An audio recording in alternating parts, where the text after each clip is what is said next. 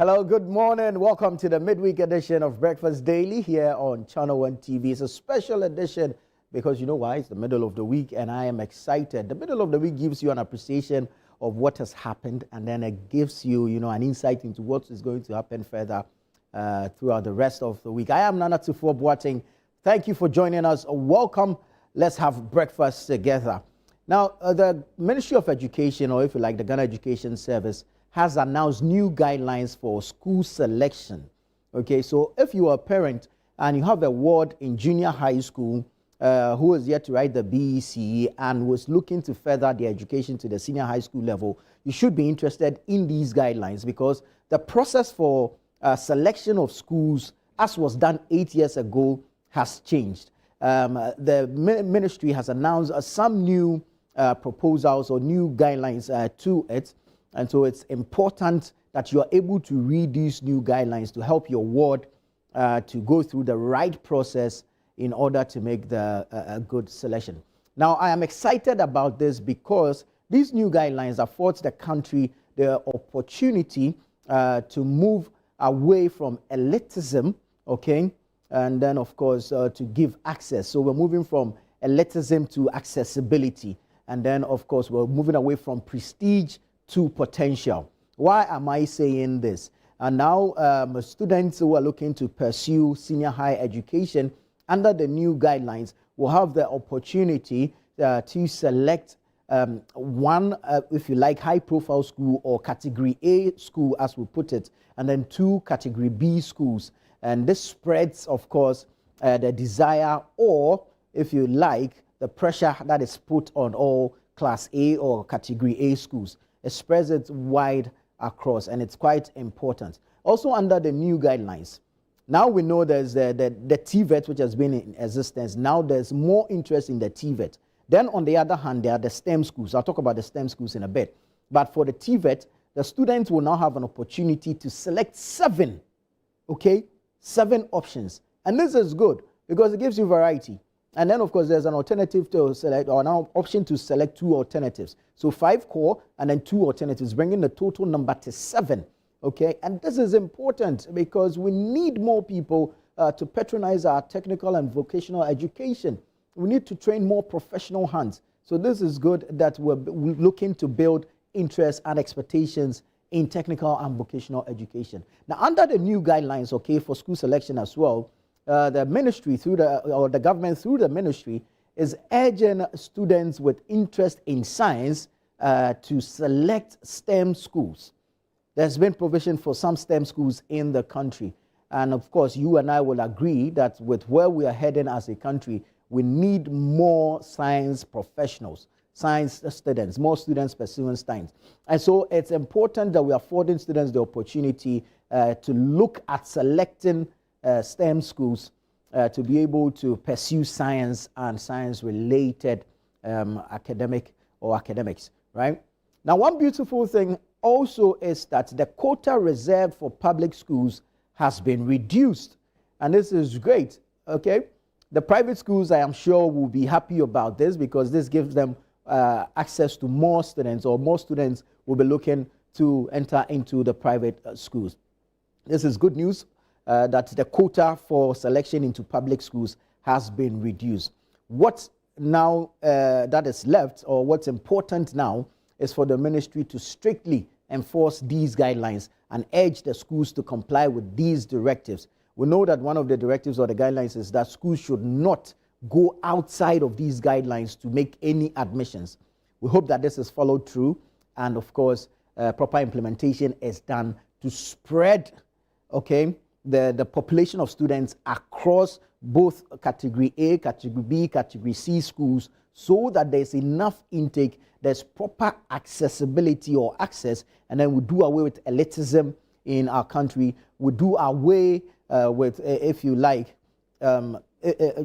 luxury or prestige, and then we, of course, allow room or make room for potential. And so I believe that these new guidelines, as put out by the Ministry of Education, will help eradicate elitism and, of course, promote accessibility.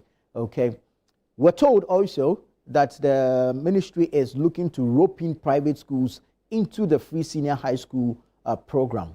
We'll see how that goes and how that will be accepted, okay? But kudos to the ministry for this. So as a parent with a ward in junior high school, know that the selection process also now will be done ahead of the exam, okay? So you have to select the schools before the BEC is written. So parents should be interested in this. Please look out for the guidelines, read them, and of course, help your wards go through the selection process. Okay, that's my take on it. This is Breakfast Daily here on Channel 1 Television. Let's talk to you about the AgriFair. In June, from the 20th to the 22nd, we're bringing you the AgriFair, an assembly of farmers with farm produce, agric innovators, agricultural input dealers, agricultural machinery dealers, all together coming to the Efua Sutherland Children's Park from the 20th to the 22nd of June. Okay, we want you to be there. We want you to have access to fresh farm produce. You have poultry products. You have livestock. You have fresh fruits. Just name it. Okay, your agri inputs are also going to be available there. Your fertilizers, your seeds. And you should be interested in the seeds, especially around this time where there's climate change. You should be looking for seeds that are climate resistant. So if you're a farmer or you're looking to go into farming, this is the biggest platform you could ever get. It's a groundbreaking event that is looking to bring together farmers with fresh farm produce, farmers with agric inputs, farmers with agric innovations, and of course, farmers with machinery, and of course, all the players along the agric value chain. It's happening from the 20th to the 22nd of June. It's a 3-day event at the Efua Sutherland Children's Park, and it's brought to you by Channel 1 TV with support from 97.3 Citi FM and proudly sponsored by the Ghana Exim Bank, Legacy Crop Improvement Center, and Development Bank Ghana, DBG. If you're looking to participate, you're looking to exhibit, please call this number 0205 973 973. 0205 973 973 and be part of the AgriFair. It's happening from 9 a.m. to 6 p.m. each day, the biggest exhibition and sale of fresh farm produce. If you have itchy taste buds like I do, just know that there will be chichinga, you understand? Some grills will be ongoing there, some chichinga will be on the fire. So once you walk through the various stands and you feel for something, then you walk back to the barbecue stand or the grill stand, and then you grab you some nice chichinga, very, juicy meat, you understand?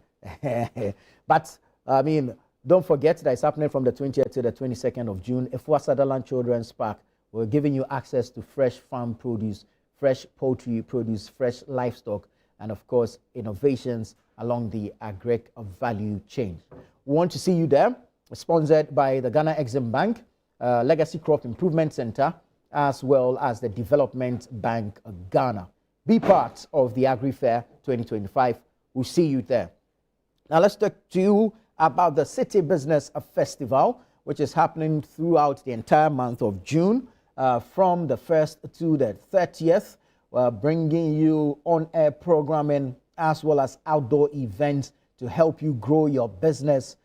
For the entrepreneur out there, for the small, the micro, the medium enterprise out there, for the established business that is looking to expand, or for you, that corporate body that is looking for ways to innovate and, of course, be able to compete. The Citi Business Festival is specially curated for you. So be a part of it. Look out for expert interviews. Look out for industry giants on various programs, both on air and, of course, at our outdoor event. We'll be live on 97.3 Citi FM as well as Channel 1 TV with programs specially tailored to help you grow your business. And then, of course, we'll be having our outdoor events as well, which will include workshops, seminars, and a boot camp. So you want to be a part of it. We want to say thank you to Absa Bank for sponsoring us. We want to say thank you to MTN Business as well for being a part of the Citi Business Festival.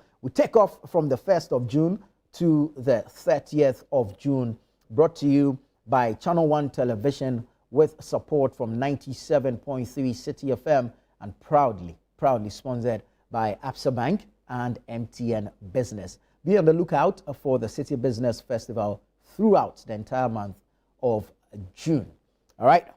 That said, let's give you an idea of what's happening in the newspapers this morning. Lying in front of me is the news center, so I'll start with that, okay? The news center is quite busy this morning with a number of stories. I'll start off with this one that says SHS selection ends June 6 before writing 2025 BECE. And that's what I mentioned earlier. The announcement was made yesterday, and so the selection period has been opened for all junior high school students from Tuesday, May 27, and will close on June 7. I'll just give you some excerpts or highlights of that once again. So, but if you're a parent with a ward in junior high school, please be interested in this. Go look for the guidelines and help your ward make a right selection.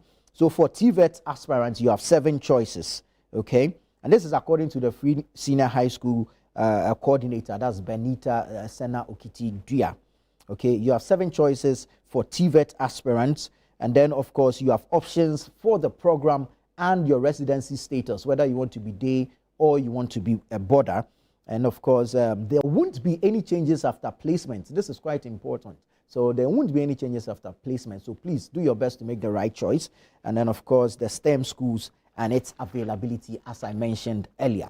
All right, let's check out other stories on the front page. MTN CEO rallies private sector to lead economic reset.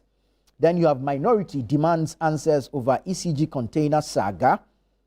We all know that story, the missing ECG containers. Yesterday we were told by the Energy Ministry that double the number that was initially communicated to have been missing have been retrieved. We'll be following up on that as well.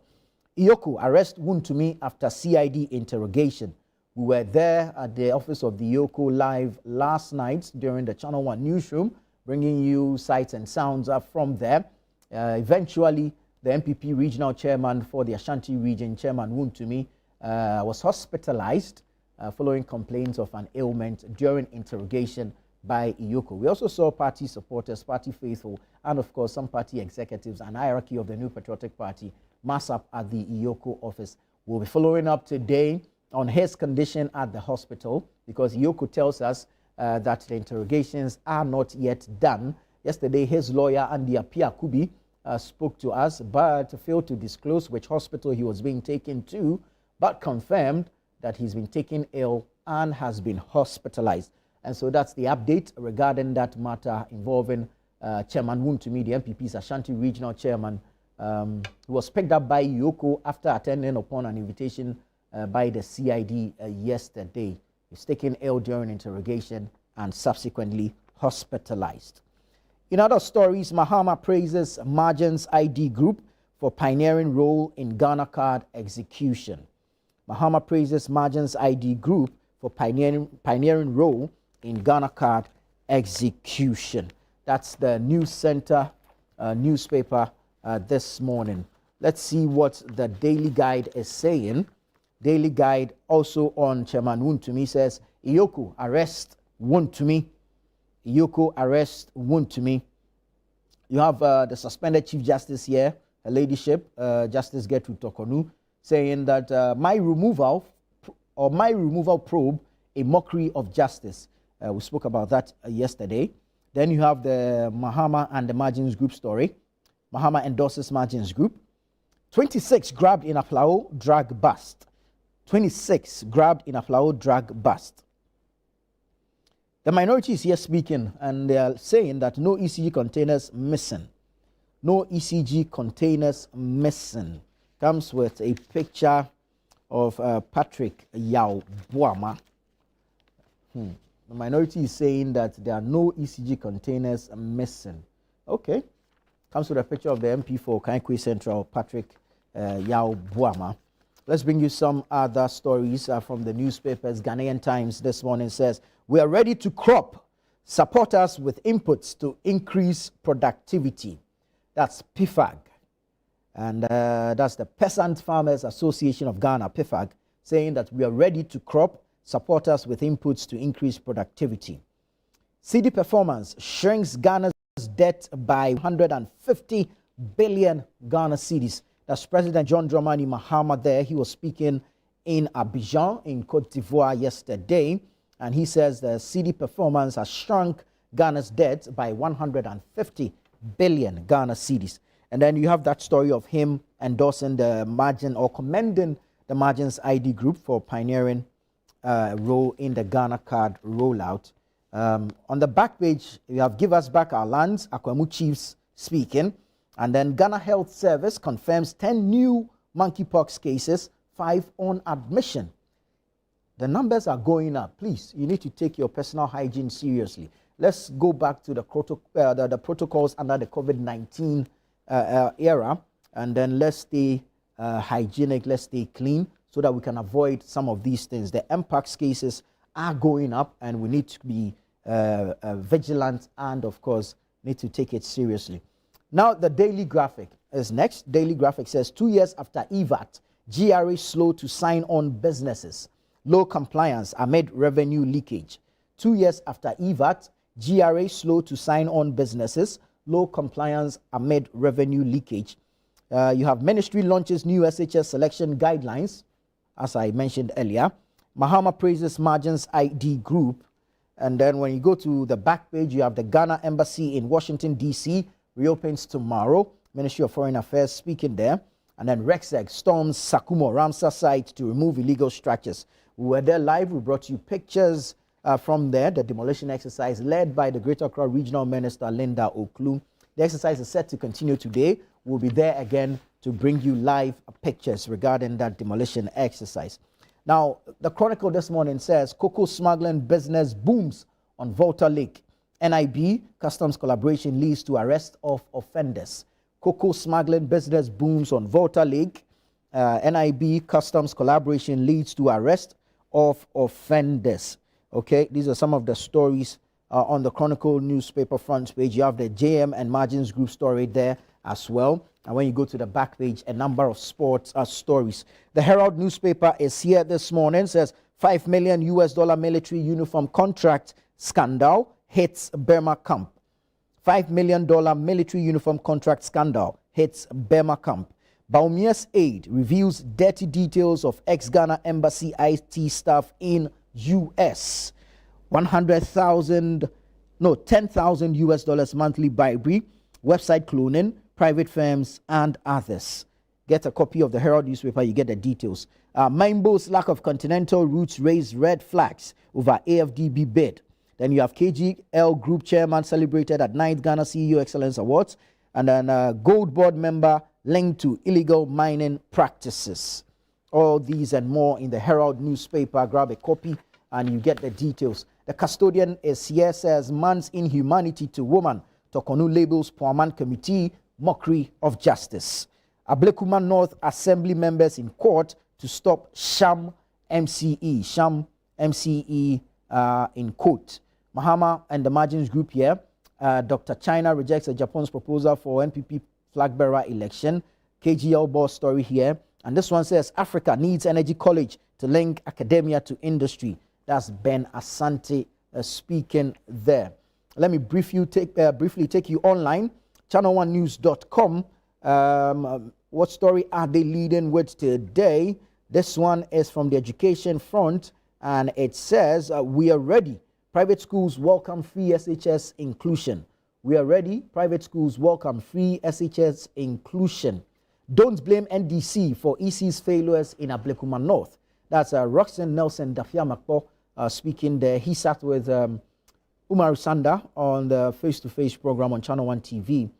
And he says, don't blame NDC for EC's failures in Ablekuma North. Another story from the same interview on the same matter that says Ablekuma North, NDC didn't burn electoral materials. That's Dafiamakpo still speaking there. Then you have the Wuntumi story that says Wuntumi hospitalized after falling ill during Iyoko interrogation. Lawyer confirms. That's Andy Apiakubi, his lawyer, making that confirmation. No call from above halted Sakumo Ramsar demolition. That's the NADMO boss speaking. He says no call from above halted Sakumo Ramsar demolition. Yesterday I was watching the demolition and I was wondering when it's begun, if any proper assessment had been done of the area before the exercise commenced.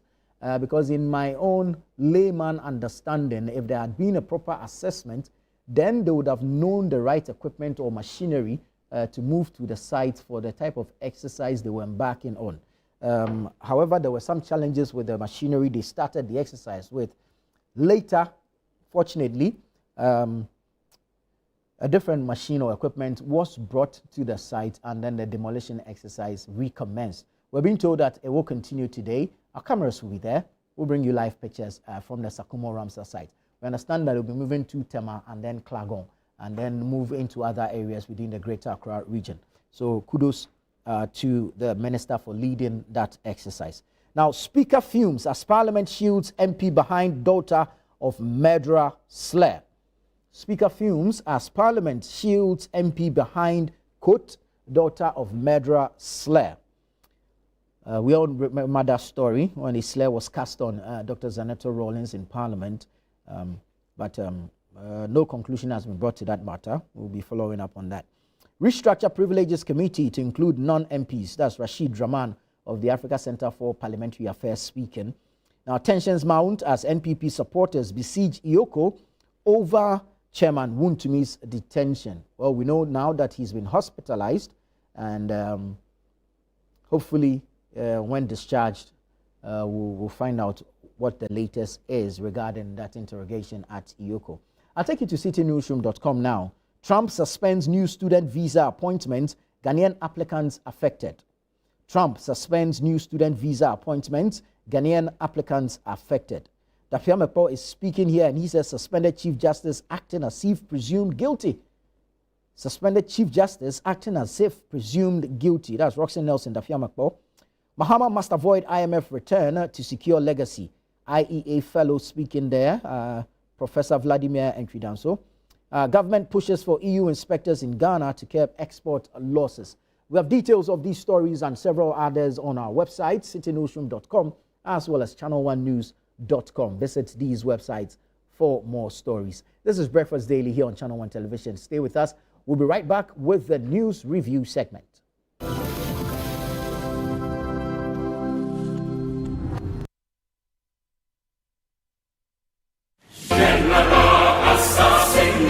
Calling all farmers, agribusinesses, and innovators, this is your chance to shine. Channel 1 TV invites you to exhibit at AgriFair 2025, one of Ghana's largest agriculture exhibitions. From Friday 20th to Sunday the 22nd of June, the A4 Sutherland Children's Park in Accra will come alive with the very best from Ghana's agribusiness sector. Are you a farmer with fresh produce of any kind? Be it crops, livestock or poultry, fisheries or aquaculture, or you're a supplier of agro inputs and processing machinery, this is your platform to connect with the world. AgriFair 2025 is more than an exhibition. Showcase your fresh produce, share your expertise and experience, and grow your business. So, to all farmers with fresh produce, livestock or poultry, fisheries or aquaculture products, come, sell, network, and expand your business. AgriFair 2025, where culture meets innovation. Register now to secure your spot. Call us on 0205 973 973. Come one, come all. Enjoy the freshest farm produce at unbeatable prices. And treat yourself to sizzling kebabs made from beef, mutton, pork, chicken, and more. Great taste, great value. Don't miss out. The AgriFair 2025 is powered by Channel 1 TV with support from 97.3 Citi FM and is proudly sponsored by Exim Bank, Legacy Crop Improvement Center, and Development Bank Ghana.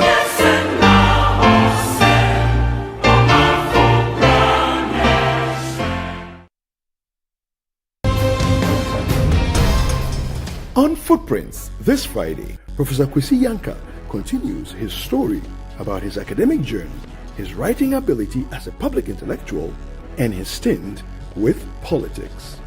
The pen at risk. Your memoirs. Yes. What's the central theme? What's the takeaway from this one? Oh, you can still make it in life, even if you started from what many would consider as the wrong angle. And my favorite, the missing pages of June 4th. wanted to do a special issue on June 4th. You won't believe it. We went through all the libraries in Ghana. We couldn't get a single newspaper on June 4th. In other words, graphic editions of Daily Graphic on June 4th. They were missing. They were missing. This book really shook him. Meeting Jerry Rawlings for the first time at Ridge, face to face, and I had scheduled the appointment, seeking to give him a copy of this. This thing racked lots of injuries, past injuries. Yeah. That were reopened by just giving him this book. He opened it page by page and page by page, and instead of the 15 minutes that I was anticipating between us, the meeting lasted more than 1.5 hours. Footprints airs every Friday at 7 p.m. with a repeat on Sunday at 4 p.m. only on Channel 1 TV.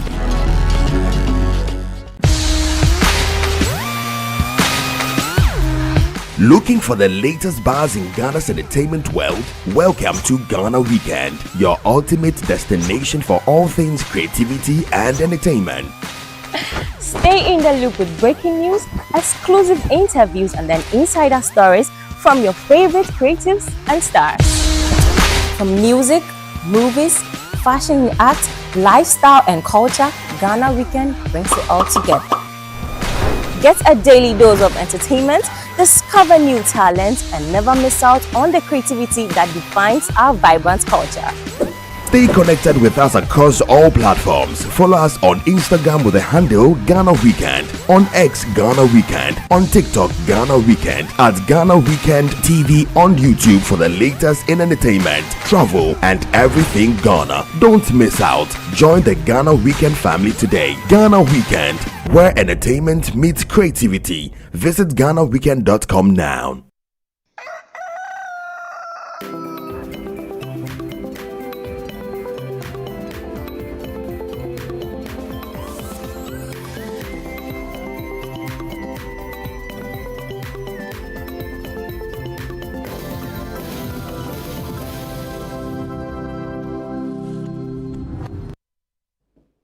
Hello there. Thank you for choosing us. This is Breakfast Daily on Channel 1 Television. Time for the news review segment.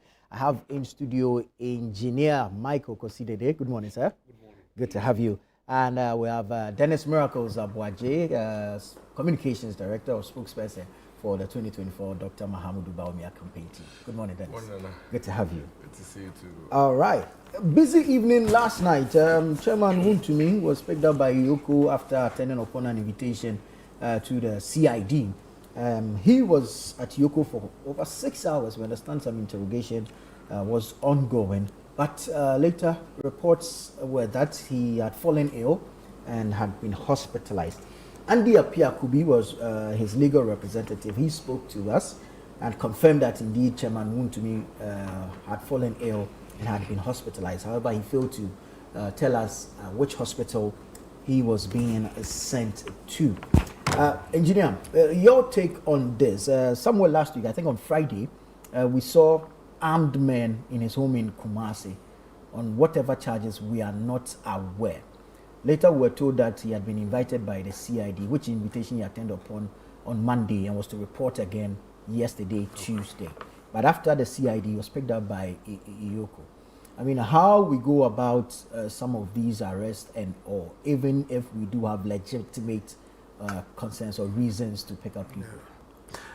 I think the use of state force against citizens needs to be looked at very carefully, because all of us as citizens need to be very careful, and we need to look at it very dispassionately. They are all state agencies. If you needed him after he had attended to one, simply just tell him, oh, we need you, or this other agency says they want to talk to you. But this attitude where we go with guns and all manner of things, I don't think it helps, because you could just have transferred him from one state agency to the other without all the drama.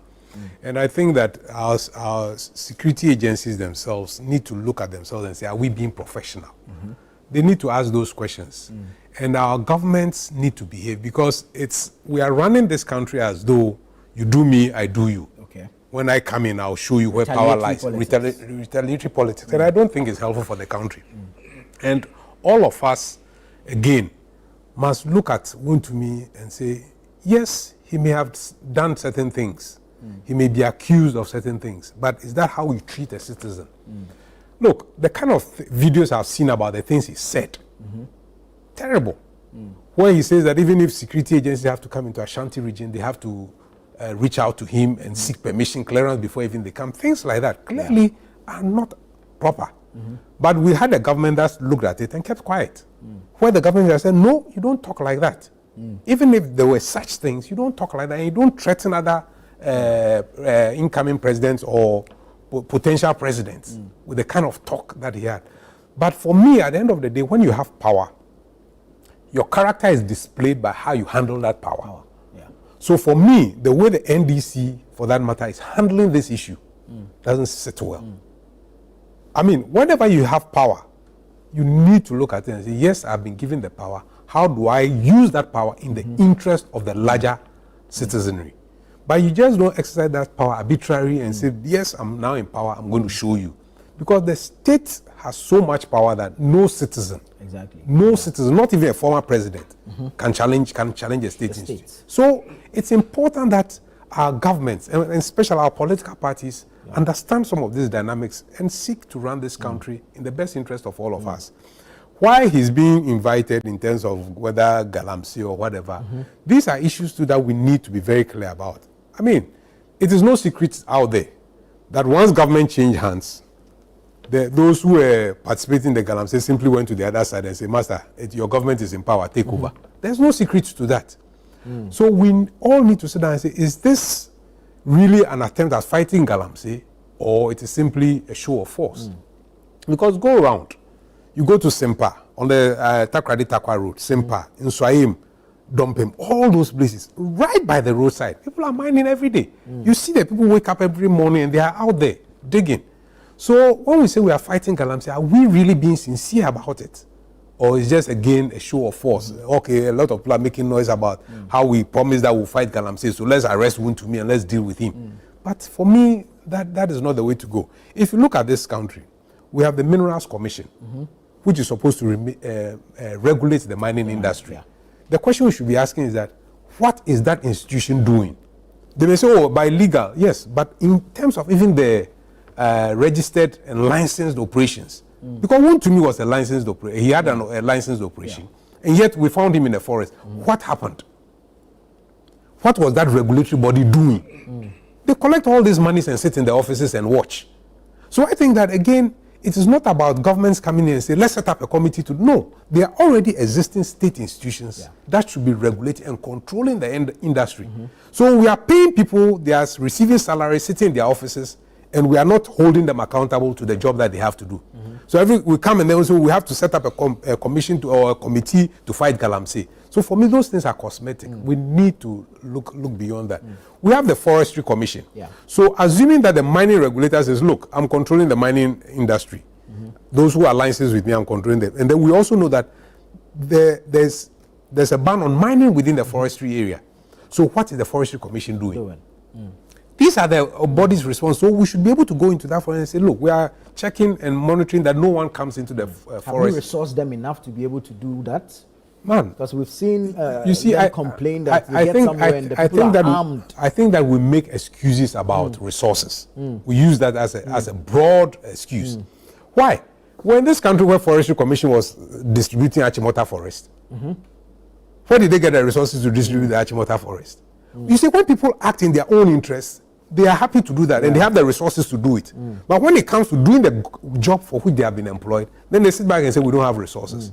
The issue is, as the Forestry Commission sat down and said, look, Galamsey is becoming a problem. How do we deal with it? And map out a strategy and even go out to government and say, look, this is what we need to look. I'm saying that no matter how big the forest reserves are, we can use technology to monitor the forest reserves.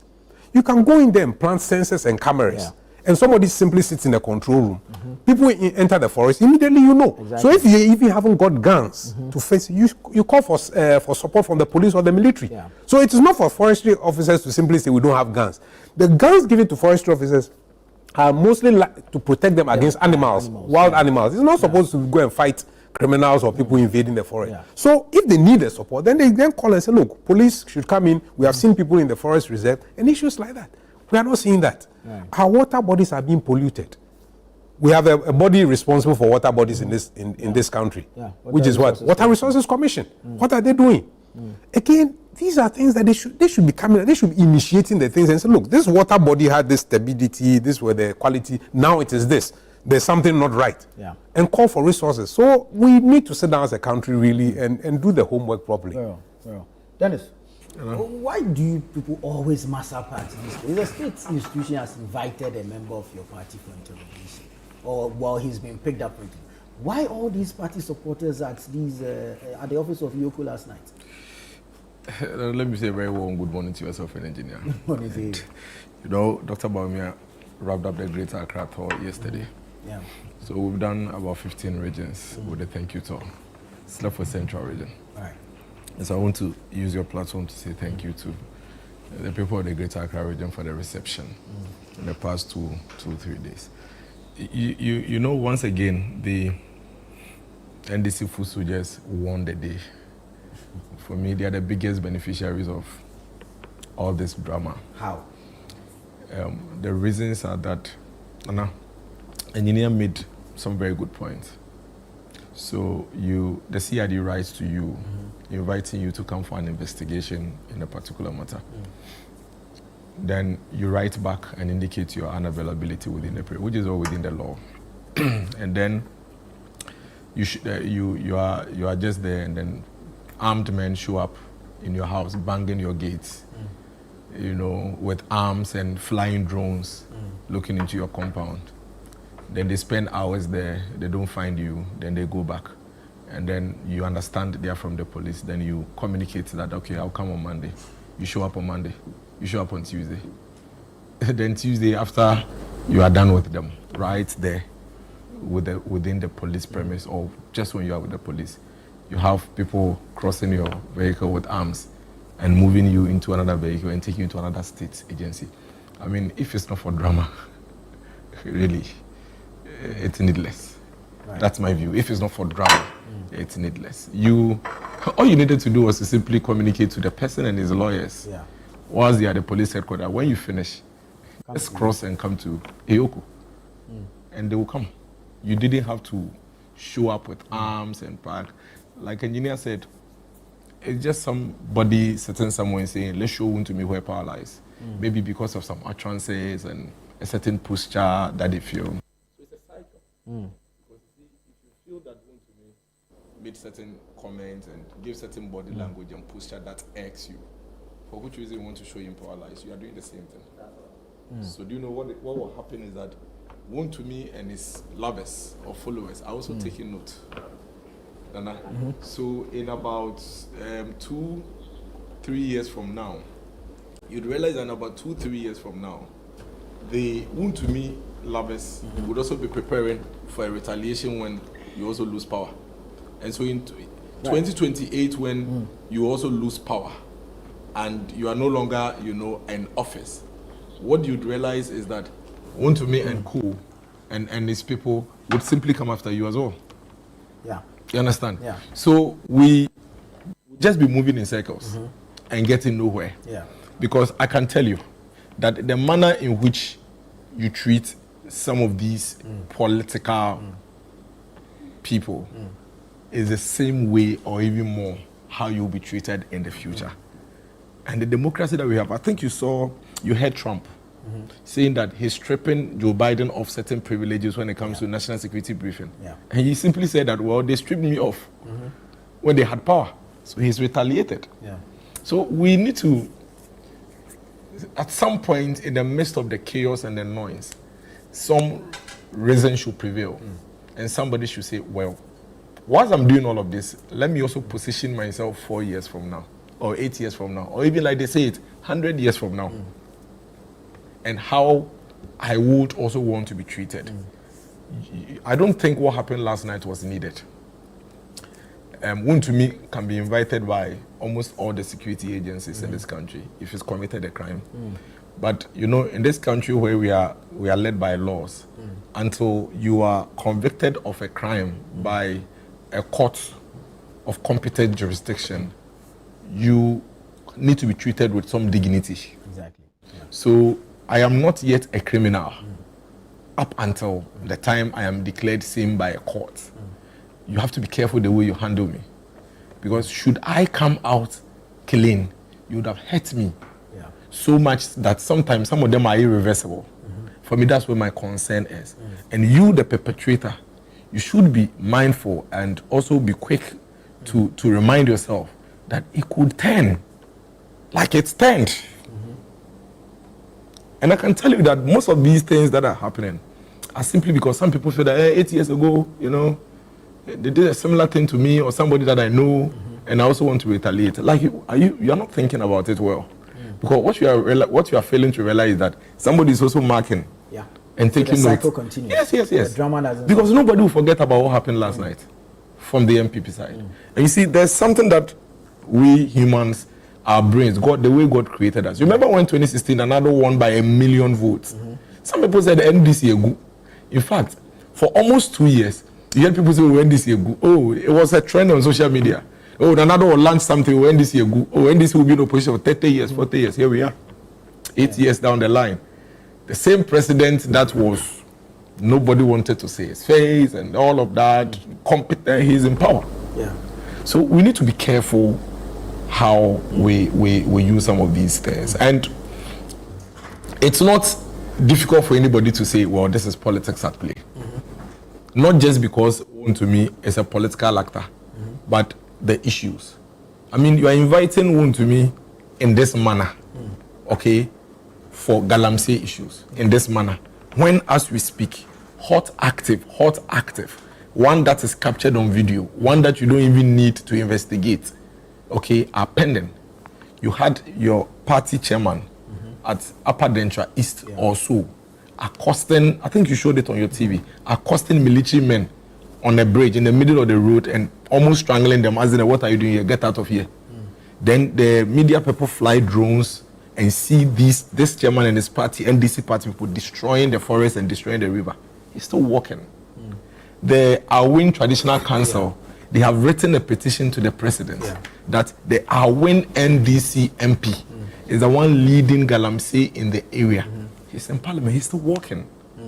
Recently, the national security has been accused of taking over a mining site and running the machines and mining. It's been reported. In fact, they haven't denied it. As a matter of fact, the report is that the deputy director of operations at the presidency has confirmed that what they are doing is to take it for the INDC people. You understand? The one chairman in Ashanti region, Akro From was chairman, Kutu was chairman, something, but right by the roadside, is seen mining. You understand? So if you haven't invited these people, you just invite them in very simple. Don't use the same drama you are using for Wound to me. If you haven't invited these people, and I wake up in the morning and I see you arms, military men, armed to the teeth, dragging Wound to me and taking him to CID, taking him to Yoko, keeping him for hours, you're not fighting Galamsey, actually. Actually, what you're doing to Wound to me is not to fight Galamsey. It's to show Wound to me where power lies. Because if you're fighting Galamsey, Wound to me should be with you. The chairman for Upper Dentra East should be with you. The MP for Awin should be with you. All these people should be with you. At least, let us see that you have at least invited them and you started some investigation. I think that the NDC, I don't know which popularity contest they are in with anybody. I think that this is 2025. All of us as a country in our democracy may have committed some blunders and errors in the past with the way we use state power and force. But it is the reason why we grow. It is the reason why our democracy is maturing. And I think that in 2025, the president must call somebody to order quickly. I mean, if I've committed a crime, come for me. Invite me. I would come. Do all your investigations. You could have invited one to me the way he went to the CID headquarters. I don't think there was any drama there. No. He went there, parked his car, went with his lawyers. They were there for hours. No issue. But this whole idea that, you'll be home and people are banging on your doors and you come. And funny enough, you are very sure that most of these things eventually may not even end up with either prosecution or even any sentencing, because I may not be guilty.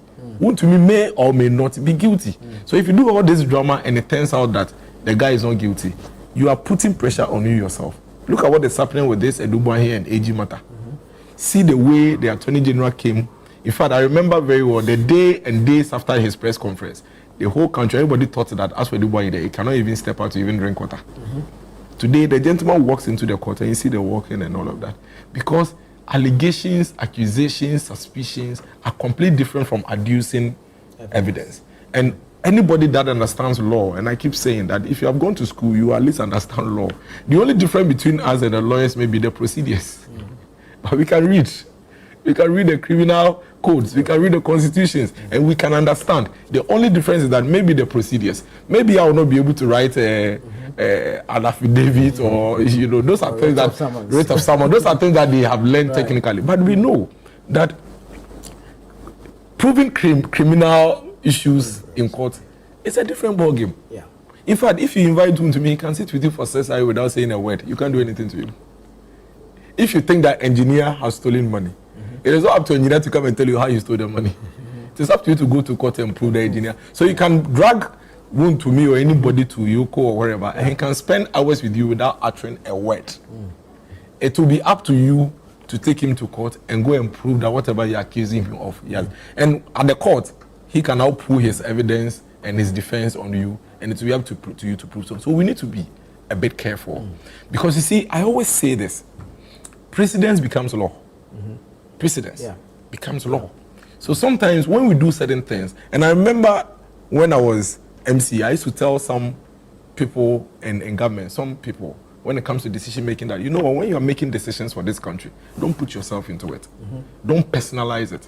You know, I have a view that a lot of our laws, when you read and you know the people, you can tell. I can tell you, I have so many acts. Yes, I have so many acts of parliament that I can tell you that when you read, I tell you this person was part of it.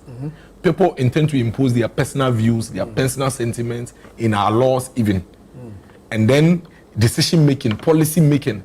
There was a man, I won't mention his name, who used to do certain things in an office. He's a technical man, a chief director. And I was always telling him, Chief, this thing that you are doing, you know that you are doing it because now you are here just to protect yourself. But eventually when you leave, you would have wished that you did it differently. He didn't spend 6 months at home, he called me. Changes he would have done. Reforms he should have done. You know, improvement he should have brought, because he was benefiting from the chaos. He didn't do those things. Now when he has left and is at home, he looks back and he wishes that those things, he had put them in place before he left. Benefit of hindsight. So when you have an opportunity to do some of these things, remember that the way you treat these people, you are setting the tone to make it look like the normal. And that eventually it could be your turn. And that has to stop somewhere. Today we've gotten to the point where national security couples are being dragged even in public. In the past, we never had this. I mean, some of us used to even wonder, hey, this is why they don't commit crimes. How come as for them when there's a change of government, they have, because there are protocols. Whether you like it or not, that is why you cannot just drag a president to court. The person can be a criminal, but he has privileges. Look at what happened to Trump in the US. He was almost, in fact, he was actually sentenced.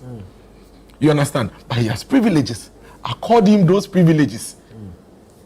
But if you strip him of those privileges and treat him anyhow, you are also setting the precedence for same to be done to you. And that, for me, is what hurts me. That's what the people messing up. Anytime the action is perceived to be political, you should be rest assured that the people will mess up. Why? Why not? It is political. Once it is political, of all the arrests and raids you have heard, did you see anybody mess up? You are in Team Fojo's house. No. I mean, at the Yoko office and BNI office, you know, in Team Fojo, for instance, it was like that because the people saw it as political. And when it is political, the people know. When it is not political, they know. You understand? In Team Fojo, it was obvious that it was political. How do you come to somebody's house with guns? Somebody that said that I suspect something has happened. How do you come to his house with guns? Did it ever make sense to you? Have you ever heard anything come out of the Team Fojo's matter? Because it didn't make sense. There was no sense in it. And that is why you see people mass up. And this was the first time. It happened during the MPP era when NDC was in power. It is happening today when MPP is in power. I can tell you that if it doesn't stop and it continues, when MPP comes to power or CPP comes, it will continue. You understand? That is why I am saying that the laws are there. So long as the people, that is why even in our courts, we have bills. Sometimes even self-cognizance bills. So long as the person is not one that you fear, would not show up when you invite him, or would run away, don't bother to put this drama in place. Allow him to report, interrogate him as... Do you know that a lot of former government officials have been reporting to Yoko and BNI? Yeah. Plenty. Yeah. The ones you are reading in the news are not even 2% of it. Why is there no drama around it? Because you invite them, they show up. You interrogate them, they go home. But if you decide to make it drama, there will be drama. The only way you get people mass up at Yoko is because in the full glare of the public, you went to cross with your vehicle, dragged him into your way with arms. People saw it. They took videos. You saw the videos on social media.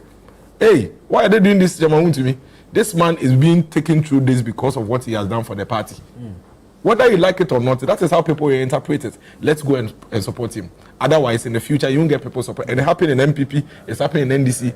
I think that there must be a point where reason will prevail and people would stop these things and allow the laws to work. Engineer, on the issue of party faithful massing up at state institutions when some of these things happen. Yeah, again, as citizens, we need to ask ourselves certain questions. And that's why I keep asking questions about democracy all the time. Yeah. Where our politicians are quick to say, oh, democracy is expensive. But where should that expense be? In our case, we have barefaced corruption and thievery going on in the name of democracy. And that is why we must fight. Because at the end of the day, ordinary citizens who are members of political parties are lured into thinking that they are defending a party when they are actually defending a personal interest. Right. So all of us need to begin to sit down as individuals and say, look, over the last 30 years of this democracy, what has it really brought to us in terms of metrics of real growth in this country? Have people's health, access to health improved? Has access to education improved? And what is the quality of education? Traffic, issues like that, those are the things that matter to ordinary people on a daily basis. Access to water, electricity, have all these improved. But what has happened to the political elite in this country? They have amassed wealth consistently. And these are the things we need to be. So when ordinary people get up and say, oh, a politician has been arrested, so let's mass up, they need to begin to ask questions of themselves. What did this politician do for us? How has their governance led to improved healthcare in this country?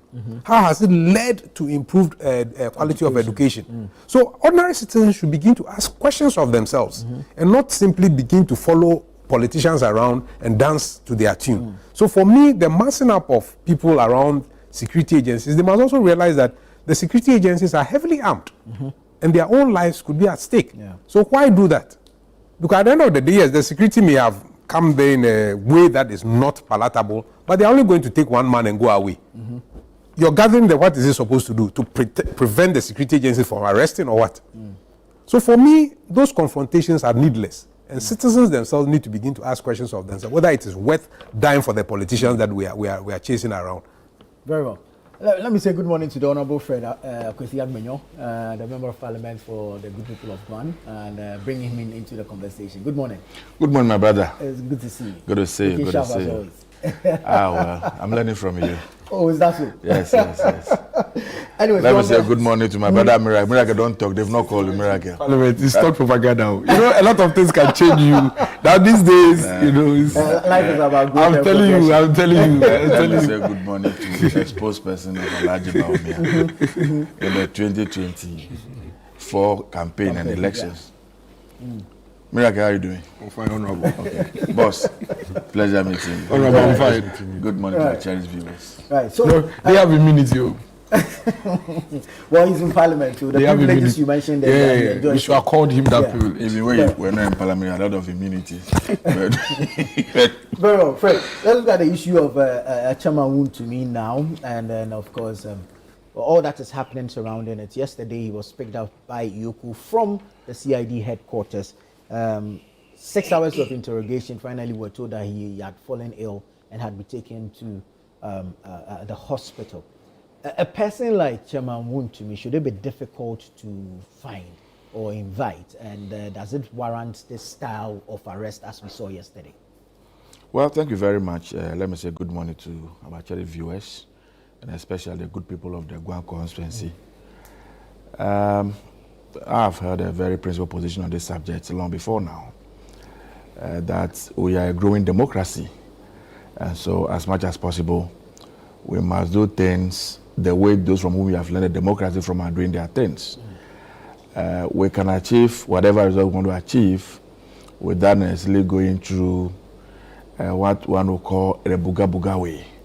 You know, we have done that, several years. It has not yielded any results. Because really, when you do those things and you create all the tension, the euphoria and everything, at the end of the day, what you are seeking to achieve, to prosecute, to retrieve from those who have stolen from the state back to the state, and you are unable to achieve that, everything that you have done amounts to nothing. And so I've held this view all these many years, that we can approach these things maybe differently. But when we get close to those who are within the security architecture, and you interact with them on this subject, they will tell you they don't do these things for nothing. When you go to the BNI place, sometimes they will invite you to come. You go and they just put you in a waiting room. And there's a camera there on you. And an officer is in another room. And they are just watching you. Your body language can give a lot of information. They are just watching you. And so sometimes I think that, why do you have to keep him there for 5 hours? They are trying to, solicit or get some information from him. Now, human beings as we are, when you put me through fear, all right, when you bring some power to bear on me, I am tempted to, because I want my freedom, to say the truth and nothing but the truth immediately. And so if you don't understand why sometimes they deploy these mechanisms, you can draw whatever conclusions you want to draw, right? Yes, Chama Won to me is a well-known Ghanaian, ordinarily this somebody you expect that just invite him, let him appear. It doesn't even need anybody to come and bail him. He's able to bail himself and all that. But like I said, the security people will tell you, we want to get an information from him. We want to get him in a state where he will be willing and prepared to speak. But that may not be fair to him, because if you put him under duress... I am not necessarily suggesting that you put him under duress. And of course, when you put someone under duress and then you get an information from him, and that information is not the truth, you have been unfair to the person, right? You have not exercised any justice. So I agree to that. I'm saying that you and I, we can rationalize these things using common sense. But these institutions, we created these institutions. I prefer to call them BNI. I'm struggling to call them NIB. Because anytime I say NIB, I don't know the difference between them and the bank, NIB. And so when the operation has not changed, I think, yes. The CID, we have the whole police service. But there's a unit we call the CID. And they be given special role to play. The same with NIB. The same with Yoko. And all other investigative bodies that we have in this country.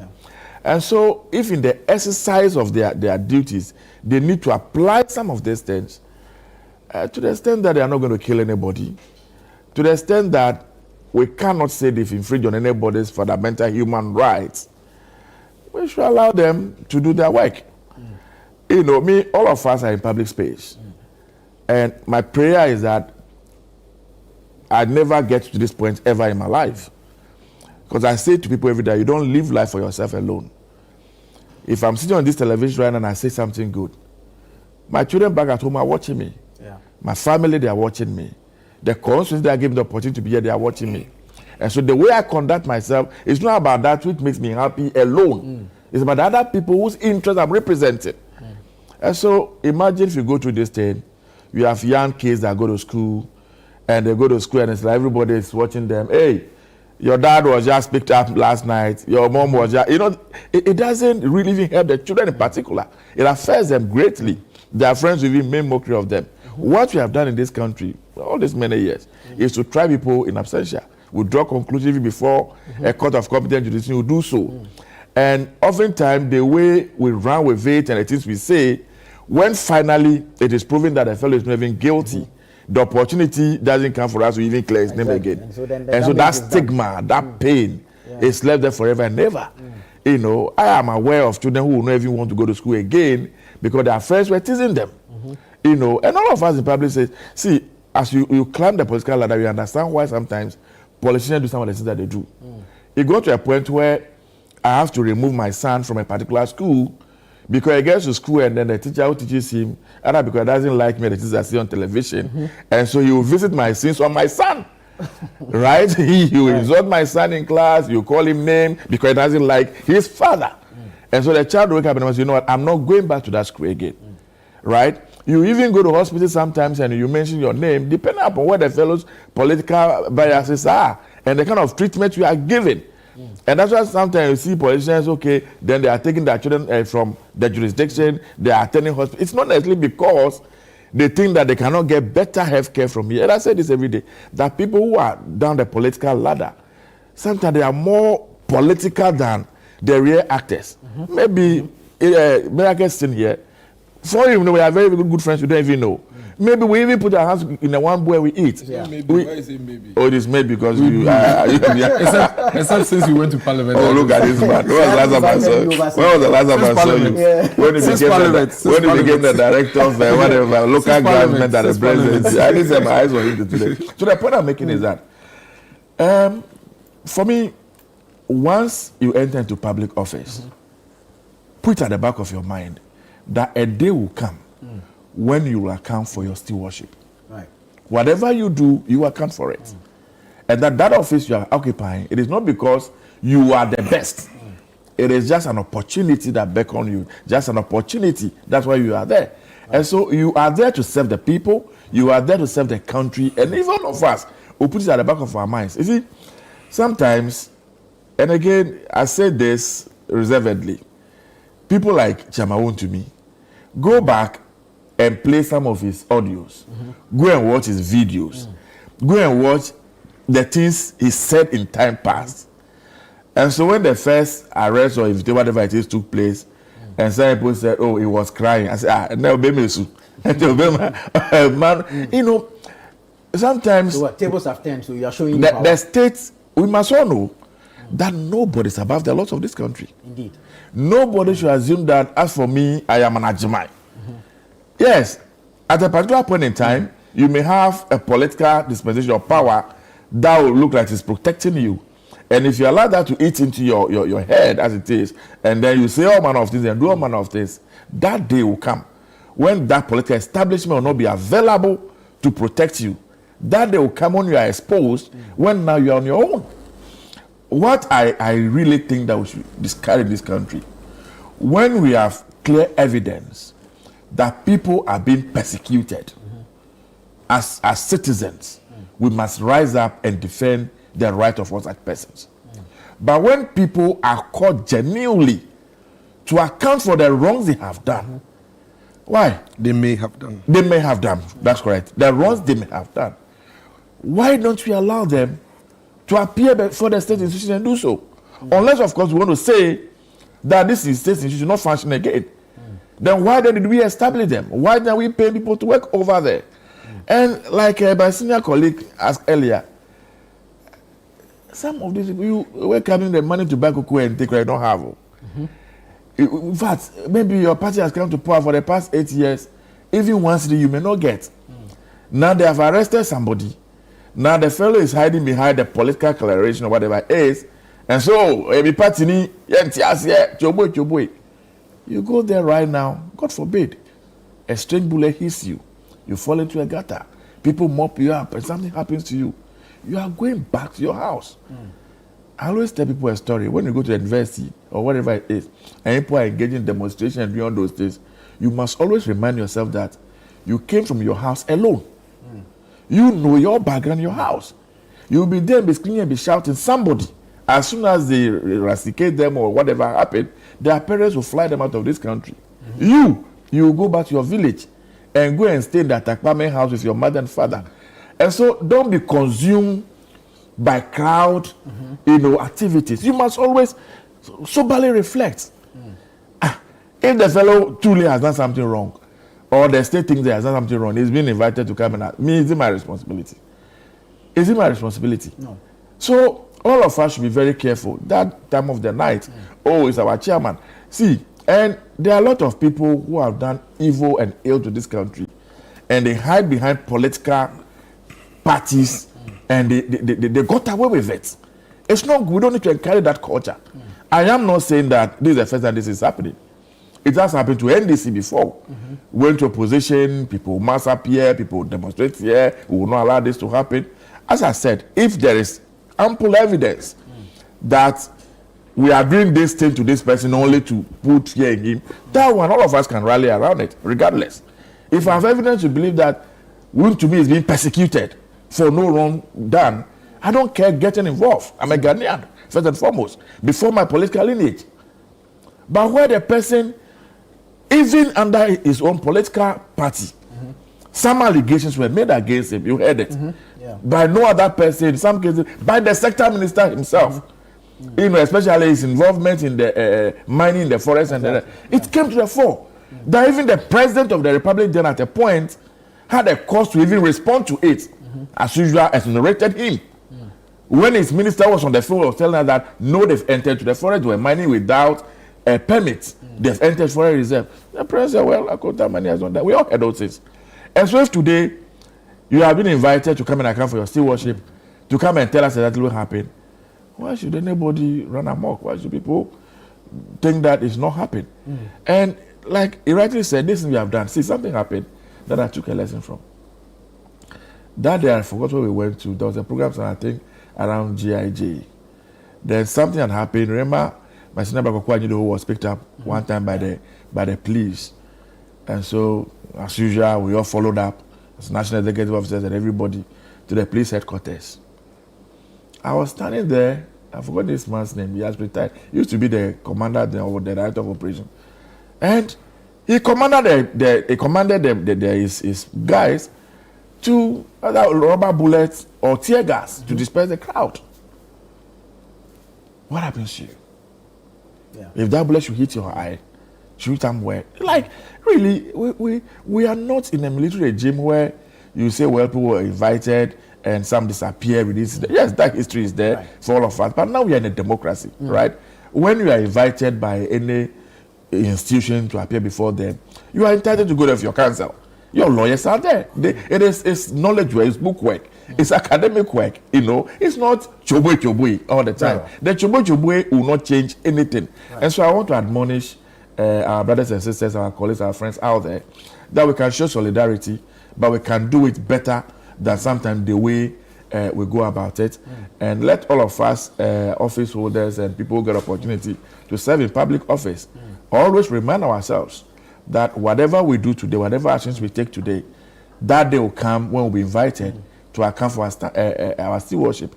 And when that time comes, and we ourselves, we know we have done something wrong, we should not scream and shout and call on Ghanaians to come to our aid.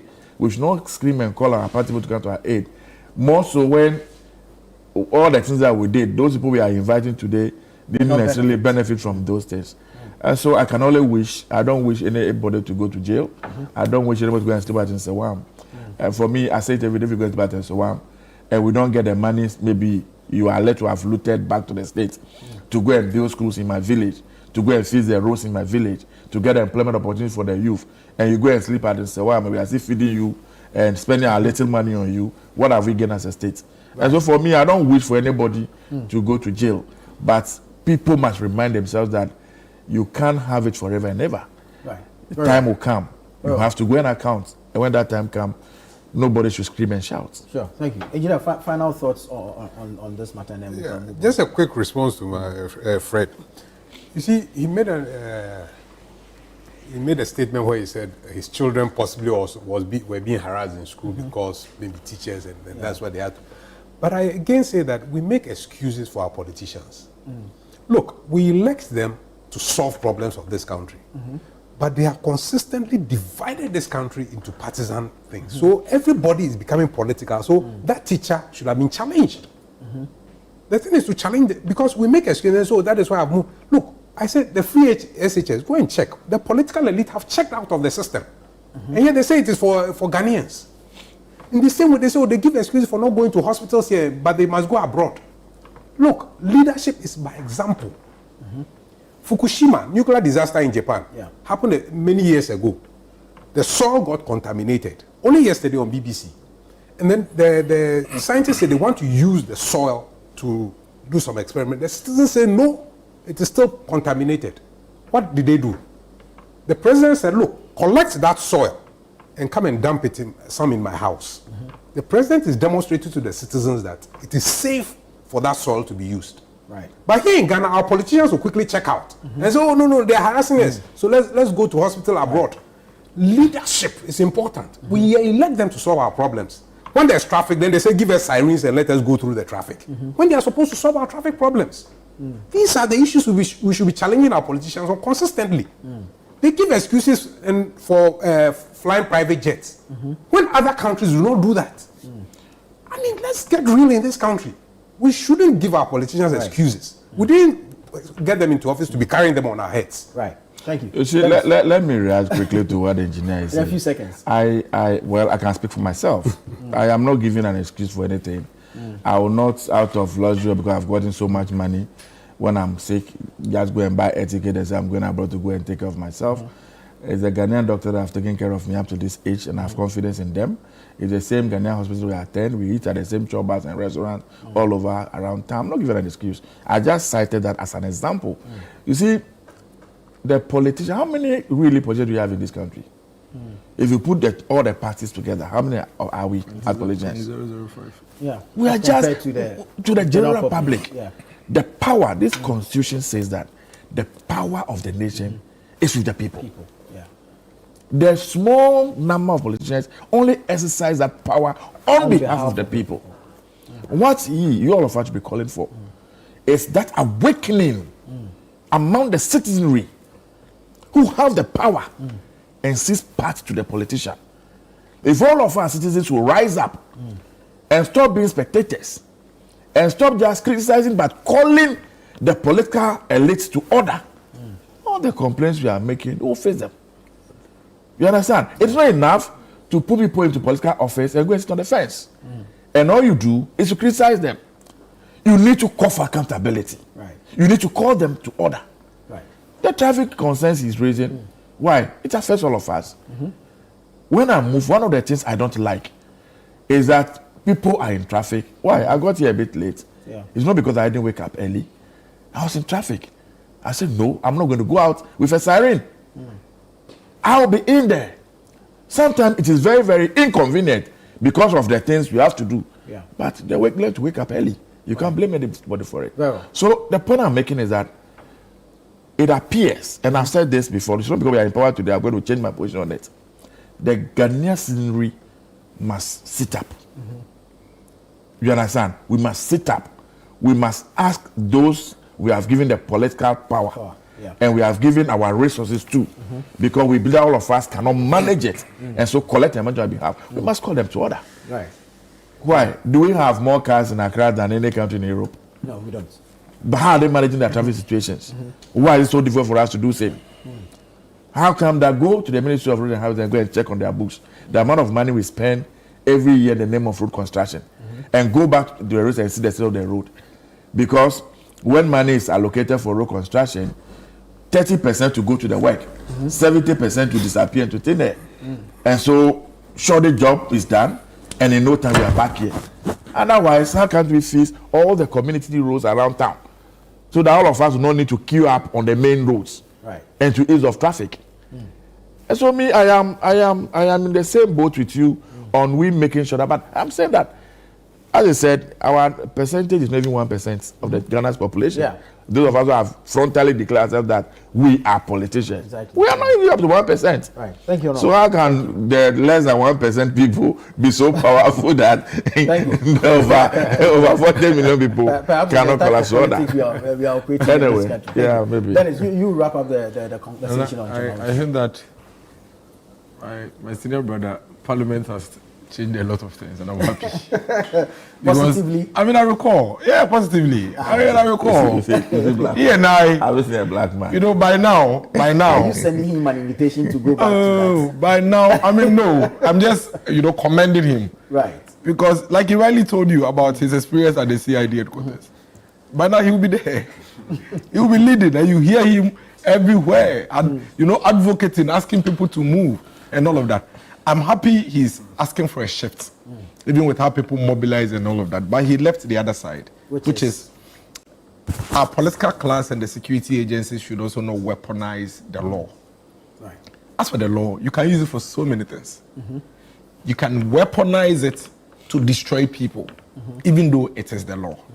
So, in as much as you don't want people to mobilize and go there, would you also want to do these things in a more civilized, proper way, like the CI did it, and there was no mobilization?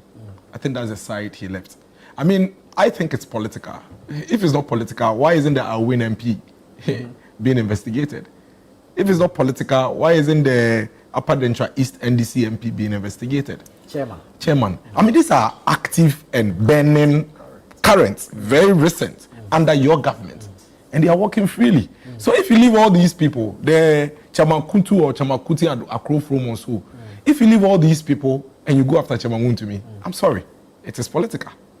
And don't forget that the MPP is not just a symbol that people go and vote for. It is an organization that has millions of people holding ID cards. And these people don't just show up because they got money. They show up because a member of their organization is perceived to be persecuted. So we shouldn't let this thing, we shouldn't lose sight of it. And I can tell you, if we don't take money, so they may have more people mobilizing. The longer he stays there.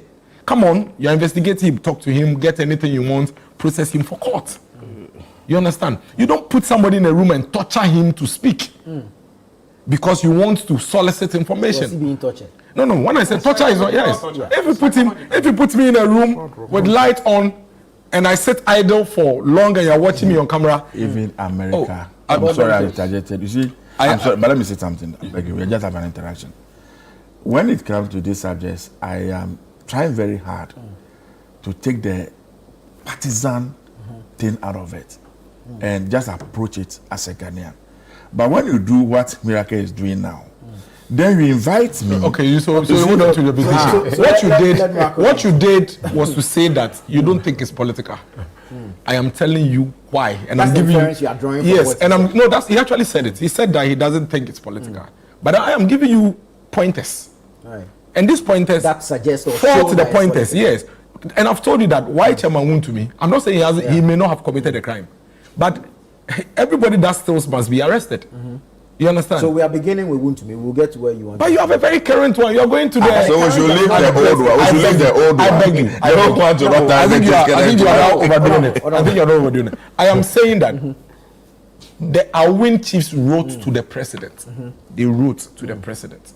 Okay, you haven't done anything about it. I think the speaker calls an investigation. Yeah, investigation is going on. From where? Where is the investigation? Parliament doesn't investigate Galamsey. Parliament doesn't investigate Galamsey. Not Parliament. Oh, I'll help you. Parliament doesn't investigate Galamsey. You understand? The NDC chairman that strangled the security, the soldier man, the upper deck, he's there. He's working. As we speak, national security has taken over a mining site and are mining. Okay, themselves, they switch on the machine and are mining. You see, me, I keep saying it. The reason I'm very careful when I'm discussing these things is that tables 10. I don't think that vindictive politics is the way to go. I am telling you, tables do 10. You see what we've gotten to? Today, look at the Chief Justice of the Republic of Ghana lamenting, almost on her knees, helpless. That is how far we are going. So we have to be careful. That's all I am saying. And you know why some NDC people are happy with the Chief Justice situation? They say, oh, it was done to the electoral commissioner.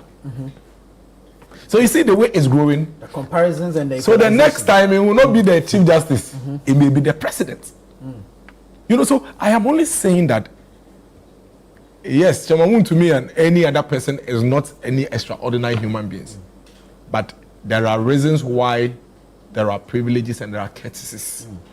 You may, if maybe you come and do this to and Kofi Mensah, you may not have people mass up. But logic should tell you that if you do it to Honorable Fedagbenyo, you may have people of Guam who live in Accra coming in solidarity. So is that the best way to handle it? That is all I am saying. That is all.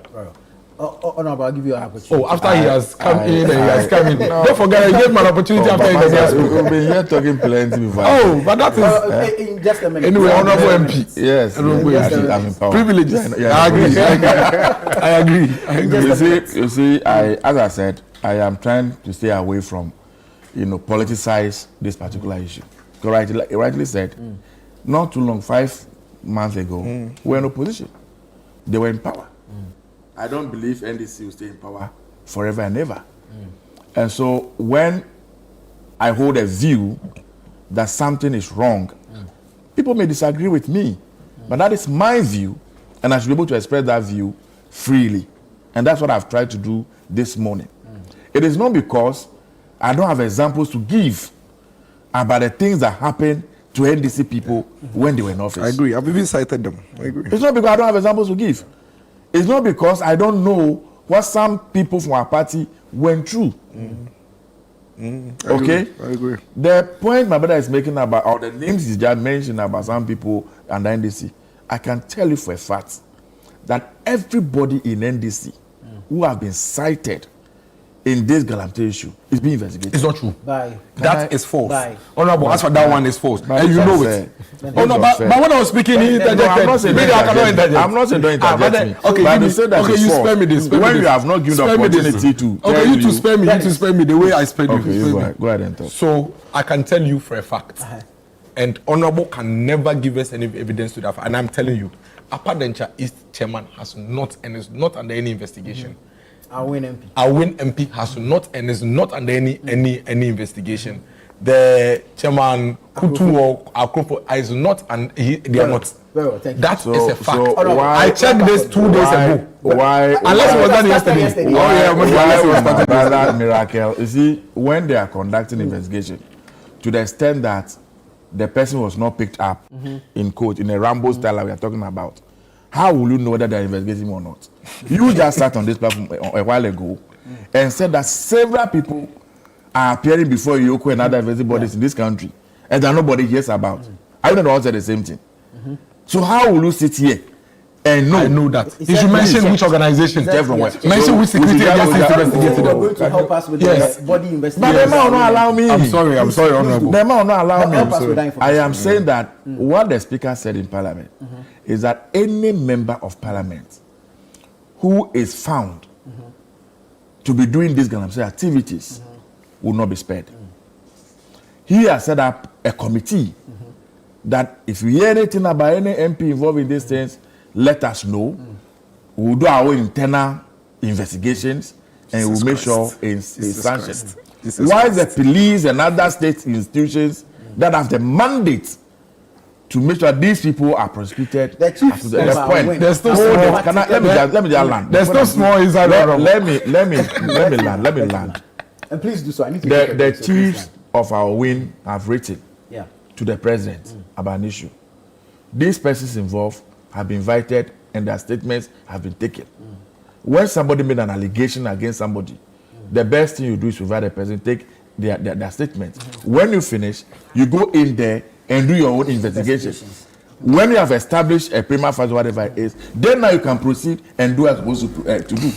And so the fact that somebody has been invited, other granted a bail, his statement taken, you can't come. These ones have not been invited and granted a bail. Yes. That's the point. Do you want me to start mentioning to you? I'm telling you for a fact. I'm telling you for a fact that these people forget about that one. When to me? Forget. I'm telling you that these people have not been invited and their statements taken. Why? You see, I said that he's drawing me deliberately to that, and I don't want to go. But you are there. You are in this country. I said I want to remember. Let me just last minute before you go. Let me take a break. Before you go. These people have not been invited. That is the one we are talking about. The fact. Please. They have not been Gentlemen, invited. thank you. This is the news review segment on Breakfast Daily. Stay with us. Don't go anywhere. We'll be right back after this break.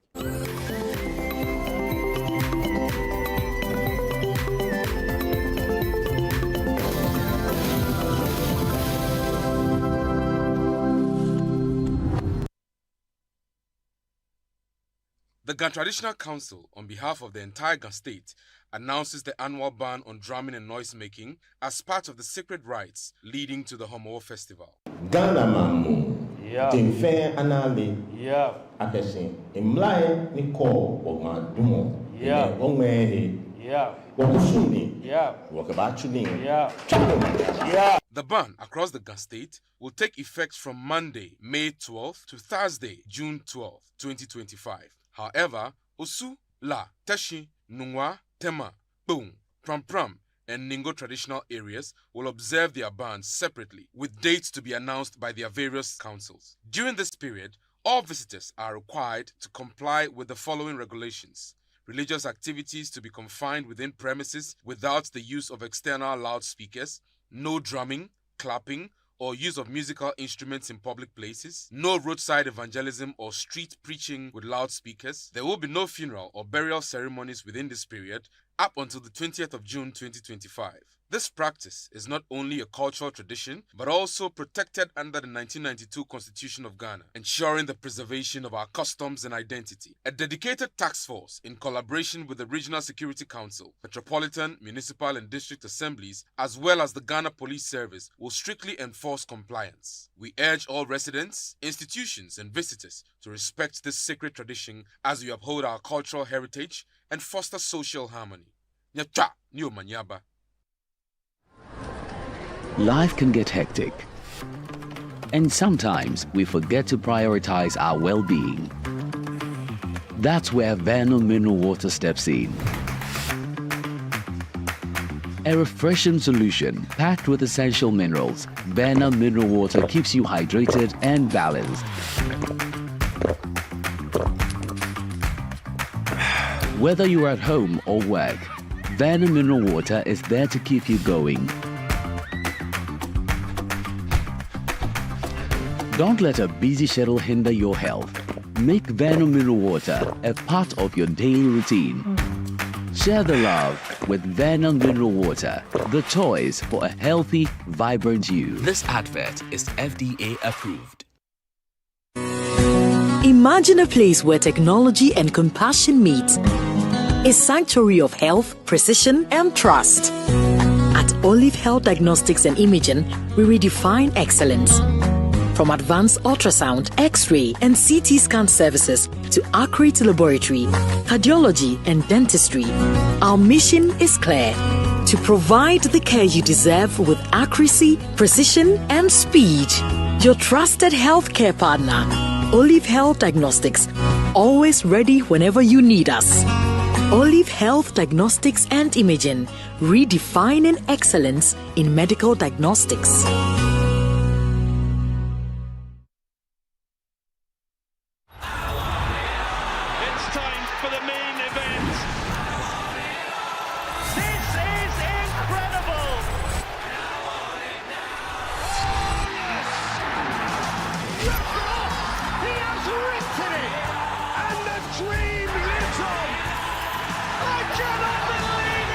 Connected to DSTV this April and May and get all the football finals you want.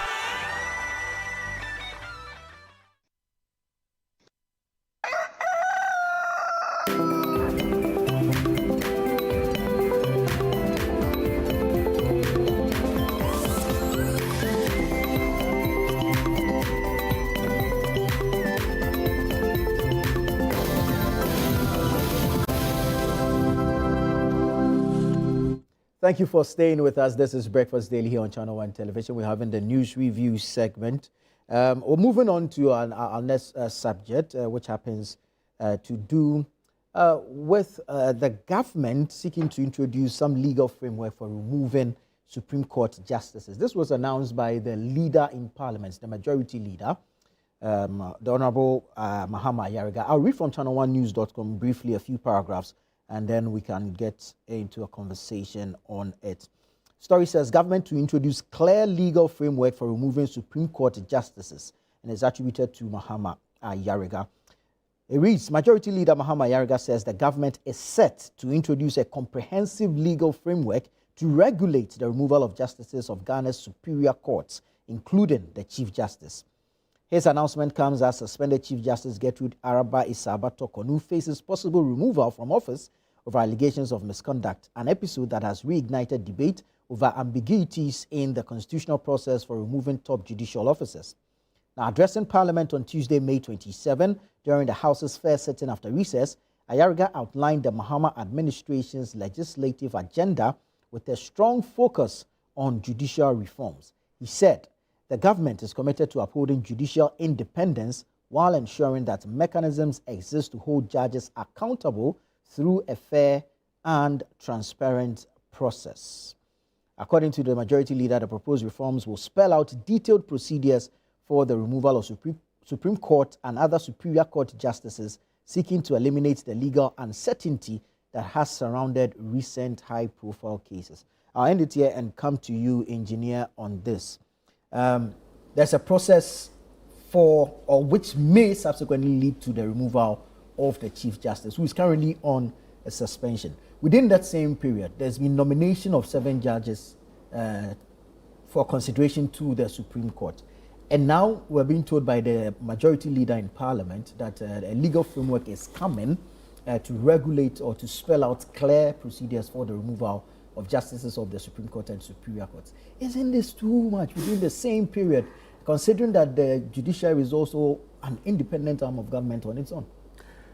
Yeah, I mean, it creates a lot of anxiety because clearly while the NDC was in opposition, they said, look, we need to ensure that we get our people into the judiciary. And that, for me, was a bad statement in itself. And now that they are in power, it looks like they are doing that.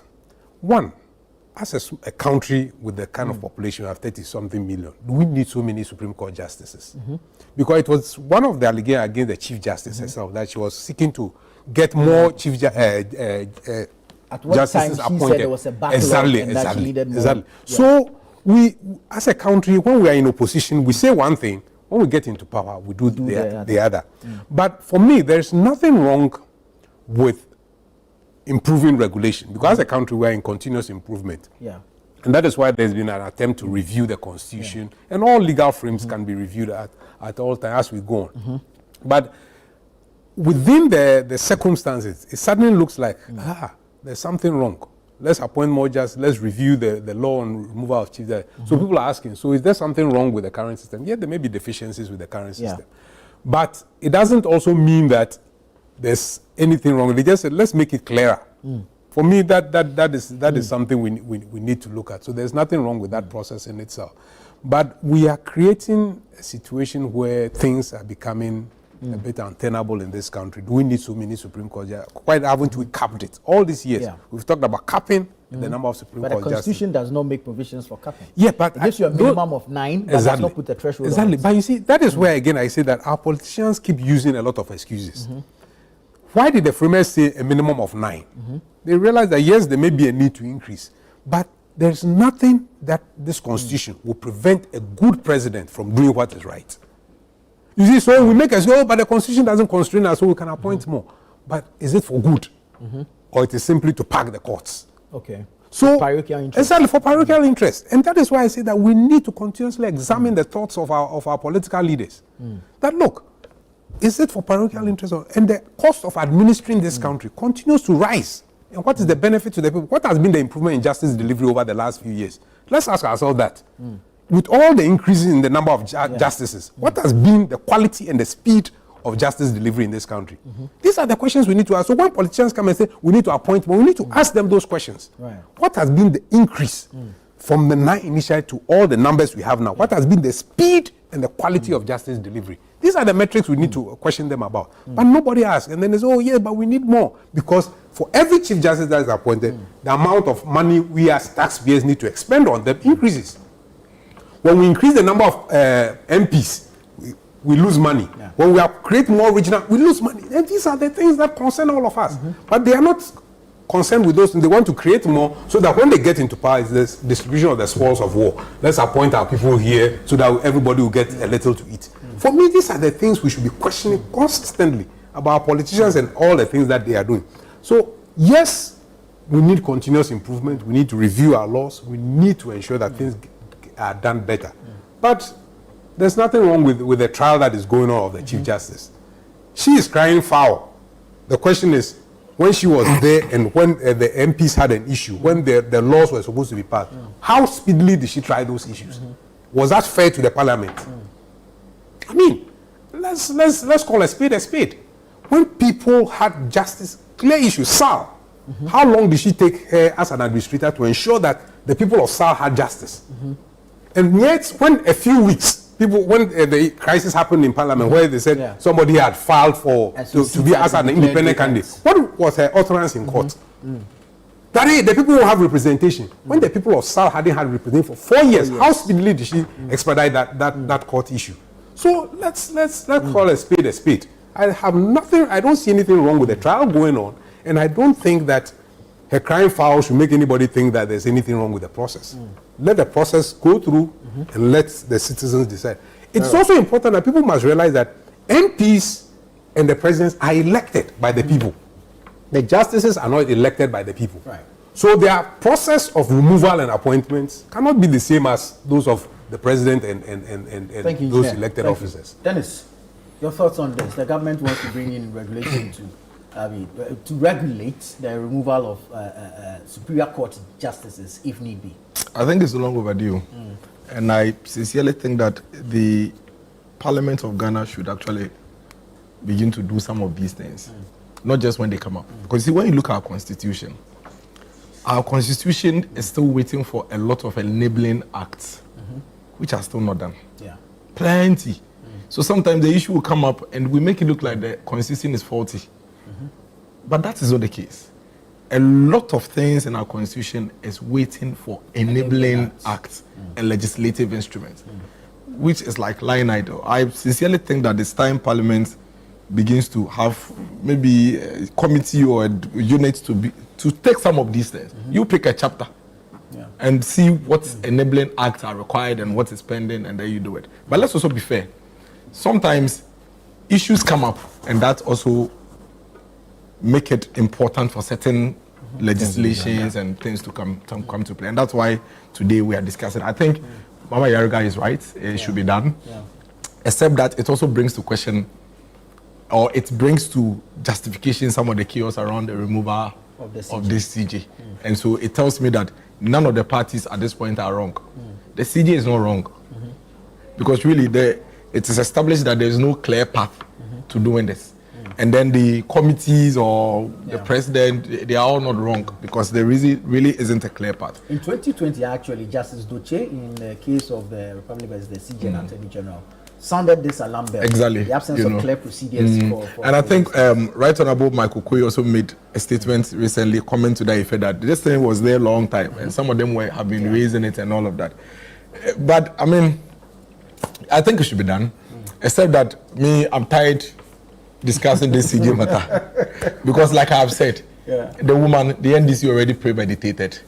The president already said that, listen, when we come, we need to clean up the judiciary, and we cannot do it with the same Chief Justice. He said it. And then he said that the NDC lawyers should be ready to be elevated to the bench. He's on TV. He said it on TV, that they should all be ready to be elevated to the bench, and he's used the keyword to go and balance it out, because at the moment, the judiciary is made up of a lot of partisan judges. He said it on TV, and that they should be ready to go and balance it out. Then you come to office, a few days, barely 100 days, some fictitious petitions are raising some, absurd issues like traveling with your husband and daughter and paying them allowances, sanctioning staff of judiciary. I think you are incompetent because of the way you handled the issue that came to you from Parliament and all of that. It's quite funny. Some other petitioner said that you shouted at me and had a fight with me in court and all of that. But they are being looked at. I mean, these are things the committee will look at the merit. Then you see the lawyers. The lawyers of the petitioners are all NDC top guns, leading the force. But they are available for but I am making a point too. You see these things. What is it? They are available for But it doesn't change the fact I'm stating, does it? No, it doesn't. Exactly. So let me state the fact. Yeah. Godfrey Dame. Yes. So there's nothing wrong. I'm just saying. Yeah. So let me state the facts. You understand? Let me state the fact. So the fact is there. Yeah. Then the president appoints his own committee. You know the way they are, and you know the justice system. Sometimes it's a bit funny. Because honestly speaking, you hear somebody say, he cannot be a beneficiary even though he's acting CJ, but for Christ's sake, it is there. You are there. In fact, the acting CJ can choose to delay the process so that he continues to act. You know, so these are things that we can't rule out. You understand? These are things that we can't rule out. I mean, and then of course, because there are no clear path, the president will have to do what it is that he has to do. So Mama Yaga is ready. That's mandated by the Constitution. Yeah, for now, with that big gap and vacuum. But I think that in doing this, it brings me back to the issue I made earlier, and the engineer made it. You see, he made a point about the CJ and how swift he was with certain issues. Because the CJ basically is now complaining about a system that she herself was head of. You understand? And that is why I continue to insist that, Charlie, now when you find yourself in a situation, like the NDC find themselves today, manage it with care. Like manage it with care. Because tables will turn. Definitely. I'm even more worried about the other justices, honestly. And I read Justice Mensah Bonsu, her one paragraph, and I found it very profound. Like, if we are treating the Chief Justice, because you know the woman still remains our Chief Justice. Yeah. If we are treating the Chief Justice of the Republic in this manner, then all of you justices, you are in trouble. Yeah. And it's not something you should be happy about. At all. Because if the Chief Justice is even being handled in this manner, then you can imagine what could happen to you. And the issue the Chief Justice is raising, I think that let's give people some courtesies. You understand? Why are you not allowing the Chief Justice to at least come to the committee sitting with one or two people? You give her a quota. Why are you allowing the others to come in with other people? Why are you seizing the Chief Justice of the Republic's phone? Is it not to protect her? And others, the sensitivity of the and others have it. The Constitution no, says. and others have it. And others have it. You understand? I mean, that's the point too. Others have it. Like when we are entering this place and say everybody should leave their phone. Yeah. And we all leave it. Me, I won't complain. But if I come and I see Honorable Federal with his phone, no, me, I'll ask questions. Yeah, normally as actually, but he will bring his. You understand? No, you understand. So I think that the sum of all of these things is for everybody, every actor. Right. Including even the president, to just remember that as we sit now, the president himself, he's left with 1,934 or 35 days. But why are you calculating? Why not? Why not? Dennis. Everybody have their priorities. This is like, you understand? Opposition. You have enough time on your hands. Yes, I can count. Every morning. You know, he has barely 1,000. That's number. Yes, less than 2,000.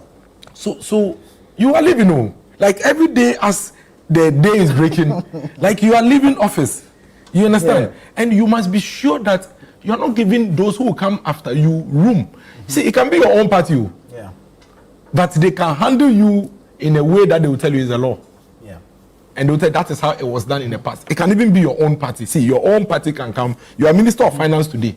Your own party will come to power, and the way you'll be handled, and we've seen it before. And that's what's actually happening. We've seen it before. Yes, we've seen it before. So I still insist that when you have an opportunity to lead this country, and you have an opportunity to effect reforms, please effect reforms that is universal to everybody and benefits everybody. But don't use it to protect yourself because you may be at the other side of it. Thank you. And the NDC should take note of it, the way they are treating. You know, the last time I made a point about the judiciary, and I said that if the NDC, and I want to repeat it, if the NDC proceeds to remove the Chief Justice in the manner in which they are removing her, Nana, the next government, whether it's NDC or MPP, has been given a leeway and a path to also go after, because this is the first time we are seeing this. Hopefully we see reforms. And but even if you see reforms, even if you see, is also every law has a leeway. There is no law that can be. But they have found a way. Thank you, Dennis. Honorable. You see, sometimes it's very funny when we are invited to have this type of conversation, and I hear my brothers from MPP take the kind of stance they take, this moral high ground. It makes it very difficult for those of us who have resolved to be very objective to issues. You understand? Because your history does not support the claims you are making. If there's anything that you call we are enhancing today, it's where you left off that we are building on. But suddenly you have forgotten the precedent you set. Suddenly you think somebody is doing something wrong. See, in every society where the ordinary people are protected, where things are done well, is that society where the judiciary is impartial and the judiciary is serving the citizenry and not necessarily the political elite. When you go to America and the rest, the law will always protect the ordinary person against the force and the power of the state. Because there's no way any individual can fight the state. Yeah, sure. And so the law is there to protect the vulnerable. But in this our country, I tell you, the only time a rich man or a politically exposed person will go to court is because there are political manipulations. Right. I'm telling you. And I reference Professor Raymond Atuguba. When he appeared before the justice of the Supreme Court at Jimpa, he presented a paper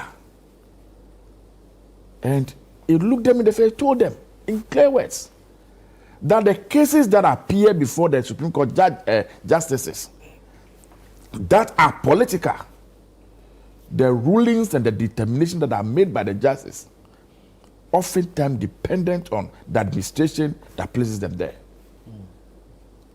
He said that in plain words. You can go and check. The day he made that statement, the Chief Justice of the Republic of Ghana was in there. All of them were there. You see, again, we are building a nation. Why?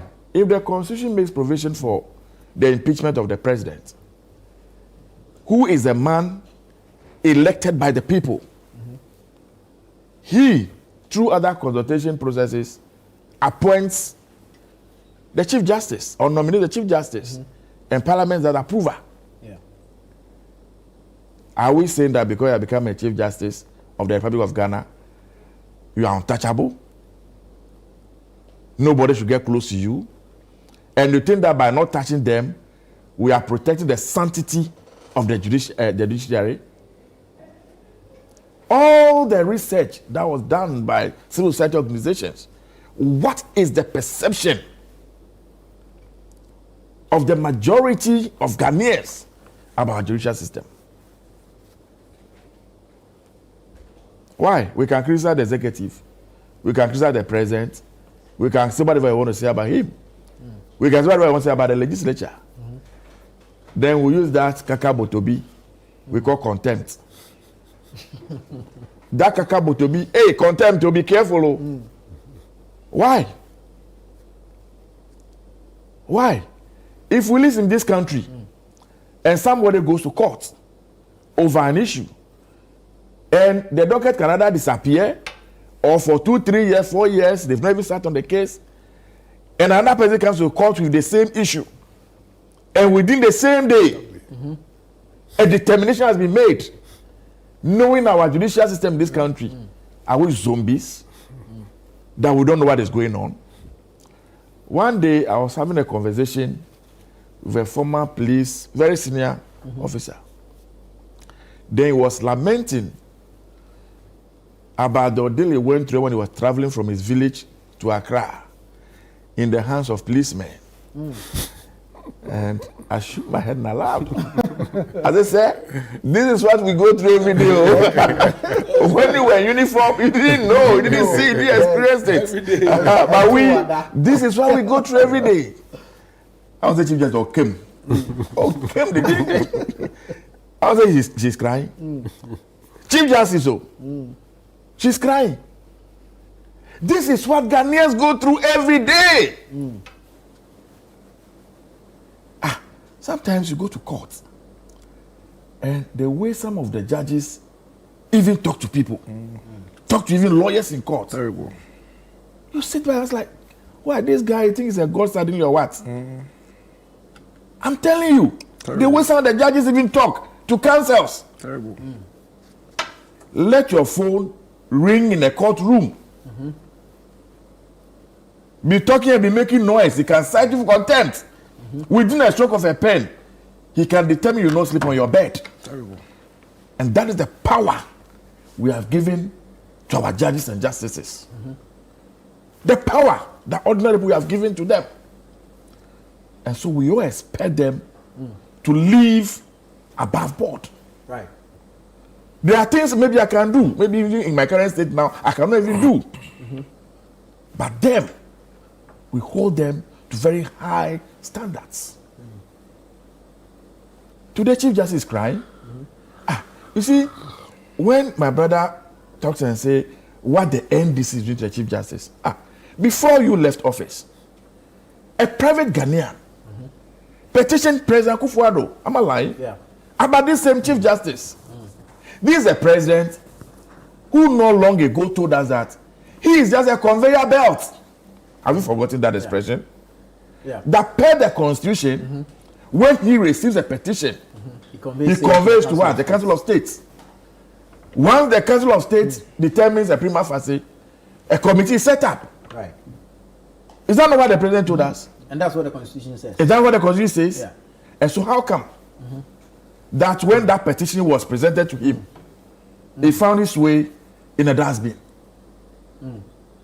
Well, we know in this country, when the petition was presented to the president then, and there was no a date, and I think there was no signature, the authors of the petition were invited and quote, do it well, let it meet the requirement. You have forgotten so soon. Miracle. Are you doing a miracle? I'm encouraging you to continue. Do more. Hold it. Do more. Unfortunately, let me just learn.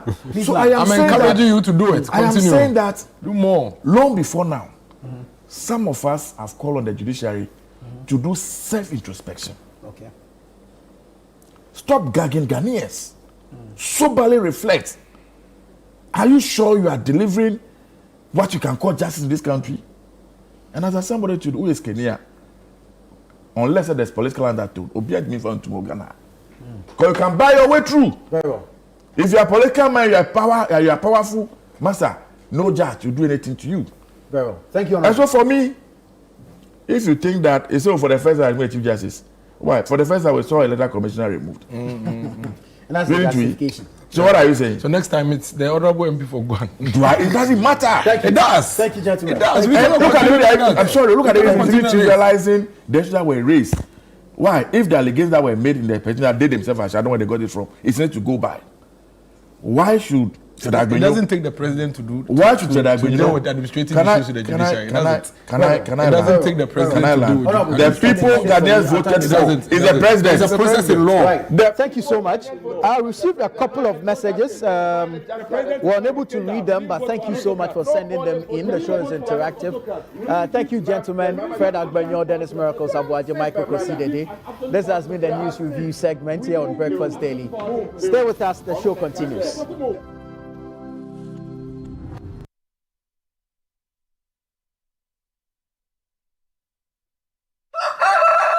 Rise and shine, it's another day to stay on point. Toast is Friday, it's still on point. Watch is Friday all day long. Still on point, yes, it's still on point. It's still on point. Watch is Friday, it's still on point. For your bread, it's creamy. For your toast, it's still on point. It's yummy, delicious. It's still on point. Still on point, yes, it's still on point. It's still on point. Still on point, yes, it's still on point. It's still on point. For your toast, it's still on point. It's still on point. Fortune spread, it's yummy, delicious. It's still on point. Fortune spread, delicious, creamy, and always on point. This advert is FDA approved. Is it the luxurious rooms?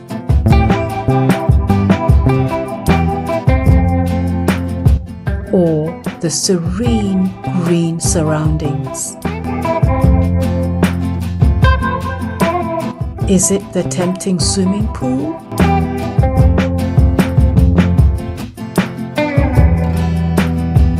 Or the classy conference room? Or the cute gift shop?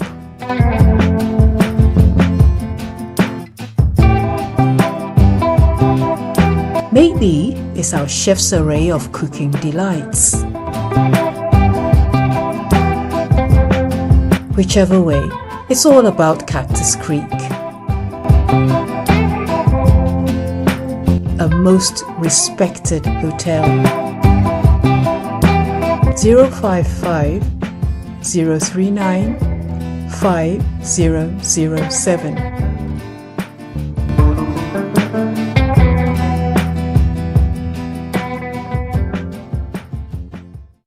Introducing Betway's Bet Influencer, a groundbreaking feature where you can make money by just sharing codes. He just needs to share his codes and make money. The more his codes are used, the more money he makes. Oh yes, so what are you waiting for? Anyone can be a bet influencer. Share your codes and make money. Bet Influencer, another world first from Betway. This advert has been approved by the Gaming Commission of Ghana. Betway, get way more. So much love in the air. What are we looking at? Thank you guys for joining us on this unforgettable night. Paw Patrol is on a roll. It's Max Verstappen in the lead. The megastar is here. Absolutely sensational. Let's go! Just taking a trip down memory lane. Get unbelievable entertainment that is unbelievably easy to own. Get and stay connected to DSTV. Calling all farmers, agribusinesses, and innovators, this is your chance to shine. Channel 1 TV invites you to exhibit at AgriFair 2025, one of Ghana's largest agriculture exhibitions. From Friday 20th to Sunday the 22nd of June, the A4 Sutherland Children's Park in Accra will come alive with the very best from Ghana's agribusiness sector. Are you a farmer with fresh produce of any kind? Be it crops, livestock or poultry, fisheries or aquaculture, or you're a supplier of agro inputs and processing machinery? This is your platform to connect with the world. AgriFair 2025 is more than an exhibition. Showcase your fresh produce, share your expertise and experience, and grow your business. So, to all farmers with fresh produce, livestock or poultry, fisheries or aquaculture products, come, sell, network, and expand your business. AgriFair 2025, where culture meets innovation. Register now to secure your spot. Call us on 0205 973 973. Come one, come all. Enjoy the freshest farm produce at unbeatable prices. And treat yourself to sizzling kebabs made from beef, mutton, pork, chicken, and more. Great taste, great value. Don't miss out. The AgriFair 2025 is powered by Channel 1 TV with support from 97.3 Citi FM and is proudly sponsored by Exim Bank, Legacy Crop Improvement Center, and Development Bank Ghana.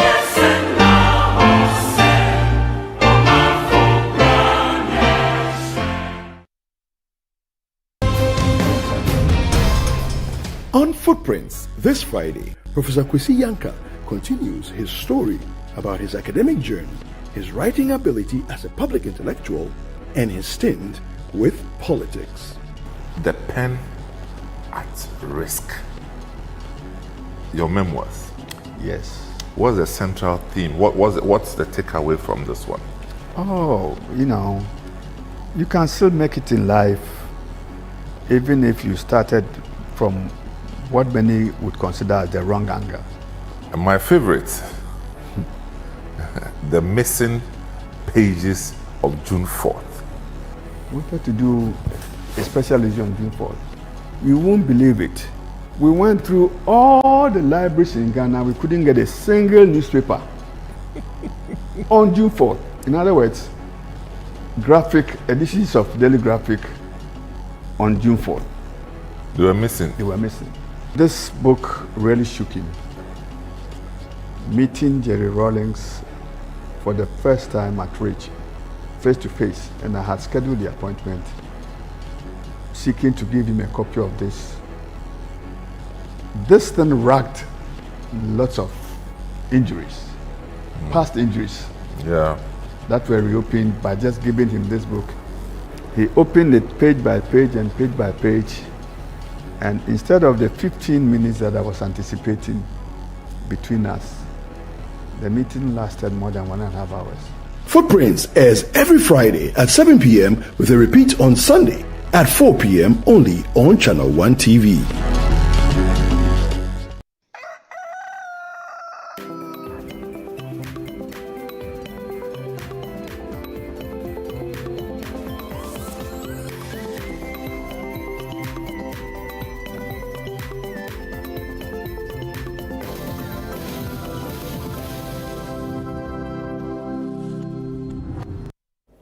Many thanks for still staying with us here on Breakfast Daily on Channel 1 TV. We are continuing the show from now to 11 a.m. and bring you nothing but the best on the show. Stay with us. My name is Philip Nilate. And my name is Chris Carter. We're excited to be here with you this morning to continue the show. But remember that you are part of the show, so feel free to join in at any time by sending in your questions, your thoughts, your heartfelt messages via the WhatsApp number on the screen. As long as you want to contribute, just send those messages to the WhatsApp number on the screen. That's +2 3320 444 7033. And if you're here in Ghana, you don't need to add the +233. Just 020, and then you can dial the rest of the number. But if you're watching us on YouTube live now, all you need to do is send whatever message that you have via the comment section. Just leave it right there on the comment section that's below the screen that you're watching us right now, and then we will get to read it on the show. I'm sure you are preparing yourself for the AgriFair, because I am. And Chris, are you? I am. I told you I'm doing susu. So you buy a lot on the day. It's I have already packed, remove the Ghana must go bags. Where are they? Where are they? Where are they? So you can pack enough inside. Enough, you buy yam, you buy cassava. After buying everything, we add goats. Goats. Straight. You take it home. Straight. So I'm sure we are preparing for it. So you should also prepare for this event at 20th to 22nd of June 2025, some few days from now. Today is the 28th of May. So it tells you that we have less than a month for this event to happen. It's happening live at the Ifwa Sunderland Park, not far away from I think it's just opposite the National Theatre.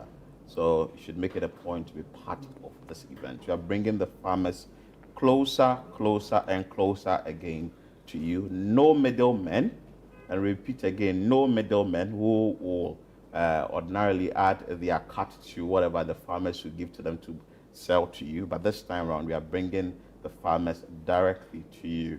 Whatever you want, you would get at this particular fair, which is going to help you through the entire year. And also, you get the opportunity to learn a lot about how to go into farming, whatever it is. It has to do with cattle rearing, or has to do with goat rearing. It has to do with snail rearing, all the sides of the farming business that you need.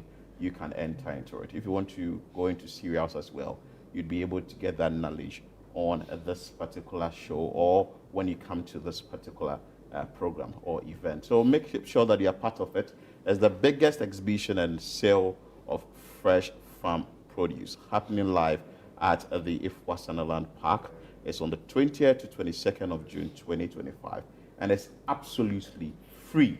So make it a point to be part of this event. Like I keep saying every now and then, if you do not join this event, then you've missed out big time, because this is the first of its kind, and it tells you that a lot of people are preparing to come for this event. We are bringing farmers from all over the country, wherever they find themselves. Make sure that you are also a patron and come there, enjoy yourself. We will have some of the food there for you to taste as well, and we will have enough for you to also enjoy. The music, the fun, and all that will be there. It's a 3-day event, so make sure that you are part of it Friday, Saturday, and a Sunday.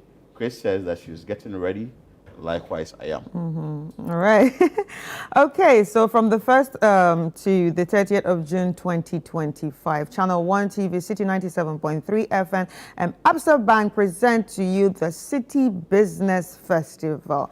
Yes, it's that month again where we talk about everything business. We get to learn from the experts. We get to hear from the experts and people who have been in the business for a very long time. So if you're looking to, be inspired or figure out some things in the business world, the Citi Business Festival is actually a month that you wouldn't want to miss. We're going to be having different on-air series and, like I said, talking to the right people that you need to know. And we'll be also looking at different industries when it comes to businesses and different strings of businesses. So do well to stay tuned on Channel 1 TV and Citi 97.3 FM. A very big thank you to our sponsors, Absa Bank and MTN. So, like we keep saying, make sure that you are part of the month of June because we have a lot for you in the month of June. But Chris, what is trending? Yesterday we had Chairman Wuntumi, Bernard Busiako, who is the chairman of the NPP in the Ashanti region. He came to CID for some interrogation, after which the CID indicated, well, you can go and you come back again. Just immediately, he was whisked away by officials from Iyoko. So Iyoko is actually trending number one. Iyoko is trending. We have a video of how Chairman Wuntumi arrived at CID yesterday, 3 p.m. yesterday, just when he was about ending his affairs with the CID. He was taken to Iyoko. We can bring you that video that we can have more conversation about that, how Chairman Wuntumi was taken away by Iyoko after he was done with CID. He went to CID in the morning to get some issues allegedly leveled against him resolved. So on X, we can have some of the tweets like indicating before you go to Iyoko to chant for Wuntumi, you should look at the videos that are happening. But let's bring you the video of how Chairman Wuntumi arrived at CID headquarters yesterday.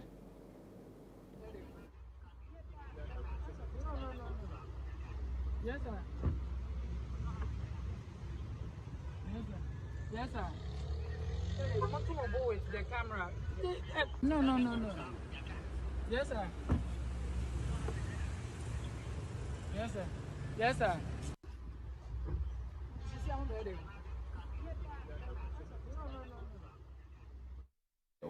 Another tweet that is coming from Kelly J says that the people of for Iyoko plenty past the people will go the last demo do. Did you watch it on TV yesterday? Yes. When he was at Iyoko? Yes. Manu Umaru Sanda Madu went there to cover that event live. A lot of people from the camp of the NPP massed up at the entrance of Iyoko. Yeah, and also trending still under the Iyoko was while they were, at it, I mean, the people there, a journalist was actually assaulted. Yes, a journalist from multimedia, Joy News, I've forgotten his name. His name escaped me shortly. Idrisu or something? Idrisu. He was assaulted and he was reporting it live. Well, we media people, we've been talking against the assault for a very long time. So the tweet still reads from some people, Wuntumi ring, an interesting one. More fire, Kevin Taylor on the wall. That's so Lateef Idrisu. Lateef Idrisu is a Joy News individual who allegedly was assaulted. A message also or a tweet on this same Iyoko Chairman Wuntumi one is that the mistake of the NPP is that they think it's NDC against them when it's actually Ghanaians against them. If you push them to Shinogo, fit to Nopo, Wuntumi will answer to Iyoko. Yao shall go home and sleep. A lot of people there weren't really willing to go home. They wanted to stay there and sleep until the news broke out that Chairman Wuntumi fell ill and was taken away to a hospital. So Chairman Woon to me granted bail yesterday. This is what came from CID, but later he was taken to a hospital that his lawyer, Andy Apia Kubi, didn't disclose to the media wherever he was taken to. So later in the evening, Chairman Woon was taken away to a hospital. I'm sure that's what's brought the pressure at Yoko down a bit for the supporters to move away. Stolen or looted anything from the state should return it, including Chairman Wontumi, if he's found culpable. Ghana needs this cleansing. Allow the laws to work. Well, so that is it for Chairman Wontumi, Yoko, and other related issues. But here, you still keep our cameras on and be watching live what will happen as this issue unfolds. So some videos of the supporters at the entrance of Iyoko yesterday. They marched up there. The party leadership of the New Patriotic Party was there yesterday to solidarize or give their support to Chairman Wontumi or support him as he's been picked by the Economic and Crime organization, that is Iyoko. And they also made sure that at least they gave their support to Chairman Wontumi yesterday before he was taken away by the officials of Iyoko to the hospital that he fell ill. Wow, interesting.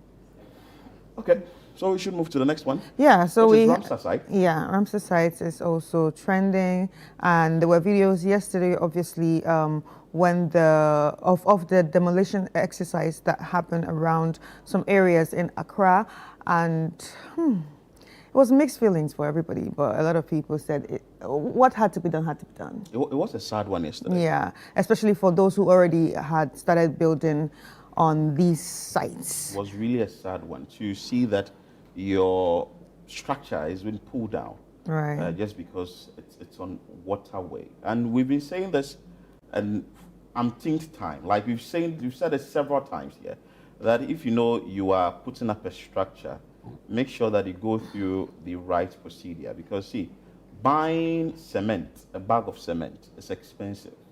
Buying iron rods, expensive. Woods, expensive. Talk less of transporting these items to the site. Then you pay a laborer. On top of all that, then the government will indicate that where you've put up your structure is illegal and it has to be pulled down. So this is the action that was taken by Rexeg yesterday. NADMO, we had the task force from the Regional Coordinating Council yesterday coming in there to pull down these. And the minister was there. It was sad. Yeah. It was sad yesterday to watch these things. What's your opinion of? Well, my opinion is what has to be done has to be done. I mean, it's for the greater good of the country at the end of the day. It's not because of your building that a larger part of the population will suffer. You could have your building, but there are people drowning just because of your own building. Yeah. So yeah, it's sad, but it's for the greater good of the country at the end of the day. So yeah, that's how I feel about it. I mean, it was sad seeing a black person turning red yesterday because he watched his house fall, and the woman that kept on calling Aquaman, Mr. Aqua. So I call him Aquaman. So, you know, they kept on pointing fingers at each other. I mean, it was sad because... And Mr. Aqua was also denying taking the money from them. It was sad because you could imagine the amount of money that went into that, from buying the land and then tipping people like the said Mr. Aqua, because the said Mr. Aqua didn't just take money once. He kept on taking money at different points, you understand? So if you have spent so much money on that building, of course you'll be wondering right now, how am I going to get the money back? Is all the money gone? It's gone. Yeah. Literally gone. Yeah, so I understand their feeling, but it's a lesson to everyone. So some of the tweets coming up with the Ramsar, from Linda Oklu herself, says that enforcing the directive from the presidency, John Dramani Mahama, to demolish all structures on Ramsar sites to make way for the flow of water after downpour to avoid flooding.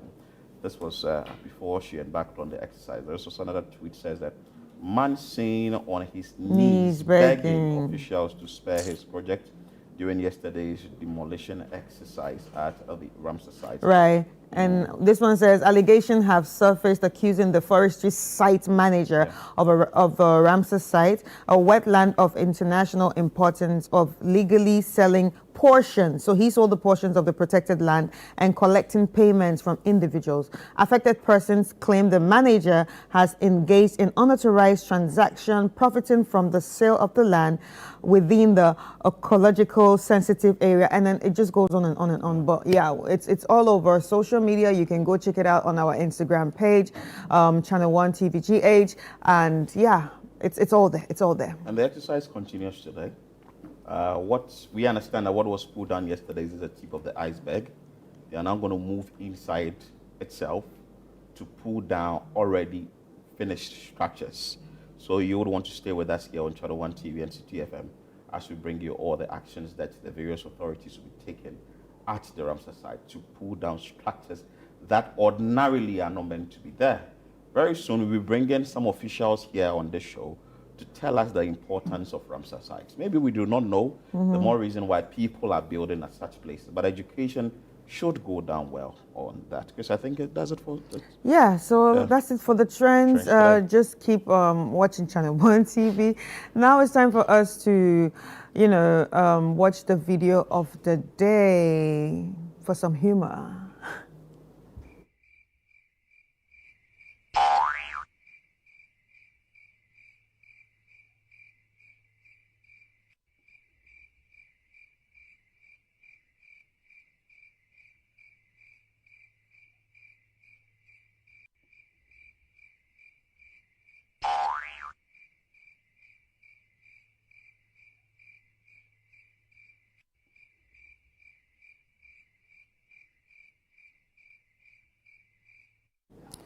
Little humans. Yeah. The little humans. It's actually a dangerous thing to do.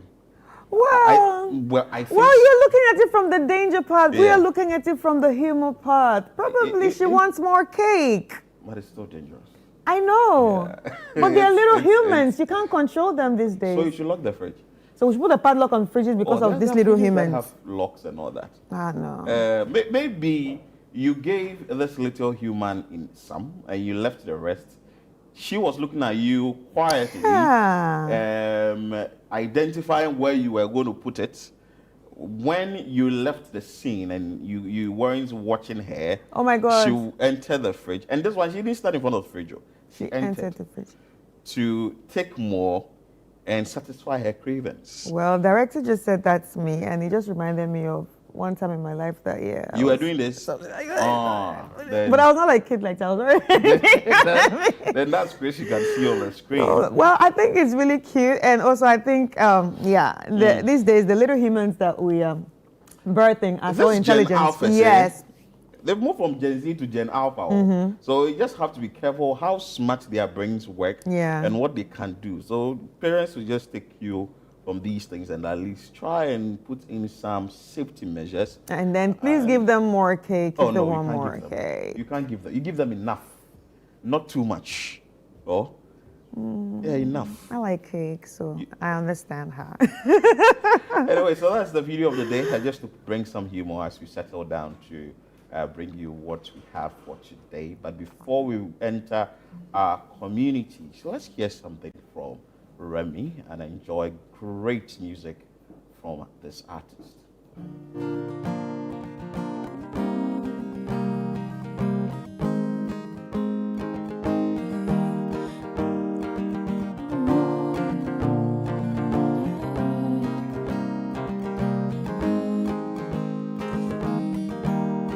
Cause you are God and follow. Now you are your ones, you be you I choose. You they make me this got a home. Baby, never leave, no, never. See, I see nobody else but you. My baby boy on my mood. You make your love fast, now they go shaka. Take me anywhere you want. For your loving, I go fight kung fu. You know the matter say I be girl I go do. You make your love fast, now they go shaka. Oh, take me anywhere you go. Cause you are God and follow. Now you I want to be you I choose. You they make brain this scatter. Baby never leave, no never. Cause you are God and follow. Now you I want to be you I choose. You they make brain this scatter. Oh no, baby never leave, no no. Baby boy, why you give me portion? Cause I know they see nobody else. It be only you, but you won't listen. You don't trust me, oh. Why you did that to your baby, oh? You didn't say me, I know like you. Figure I did cheat on you, baby boy, that's not true. Cause you be my baby, boo. This love you need to make up for. I see nobody else, it be you I choose. Me and you, it be no taboo. Cause you be my baby, boo. This love you need to make a fool. See nobody else, it be you I choose. Me and you, it be no taboo. Cause you are gonna follow, follow. Cause you are gonna follow, follow. Cause you are gonna follow, follow, follow. Cause you are gonna follow, follow. Cause you are gonna follow, follow. Cause you are gonna follow, follow, follow. Cause you are God and follow. Are you I want to be you I choose. You they make bring this scatter. And baby never leave, no never. Cause you are God and follow. Now you I want to be you I choose. You they make bring this scatter. Oh no, baby never leave, no no.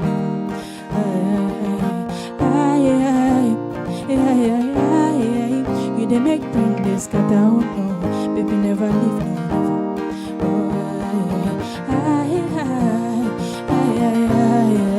You they make brain this cut out, no. Baby never leave, no.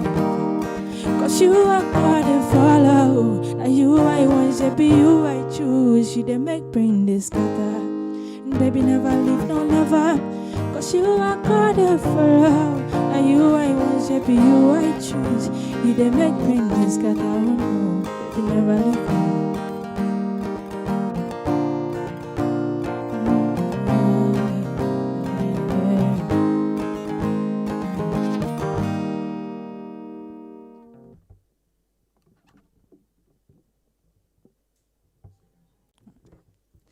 I just see my dream every day and night till my baby come again. Cause you they make her crazy if you know they hear them my heart to the pain. Carry me go see your mama, tell them say mom this girl na the crave. My heart there for sure, oh. And I do it oh, for your love, for your love, oh. For your love, for your love, oh. You be my rain or shine, my moonlight, baby, you're my blues. For your love, for your love, oh. For your love, for your love, oh.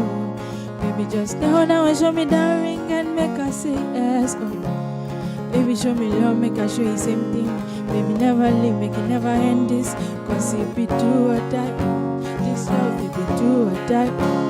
Baby, show me love, make her show you same thing.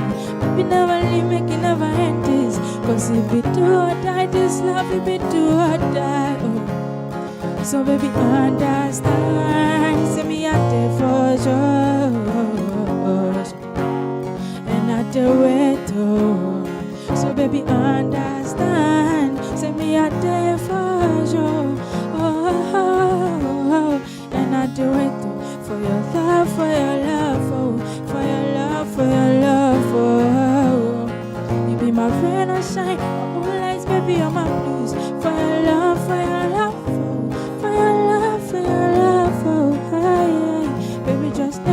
Show me the ring and make her say yes, oh.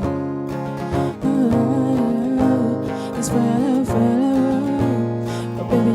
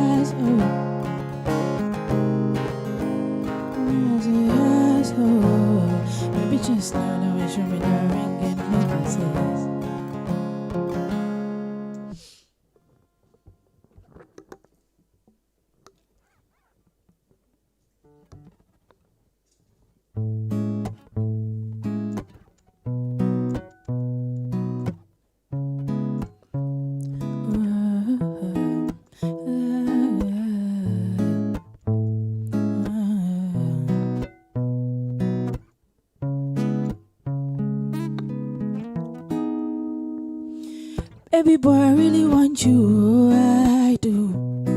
And no, tell me what you really want, I could do for sure. Hey, cause I'm one day for you for life, my heart beats for you, no lie, the eagle in my sky and the lion of my land, if you didn't kill love for me.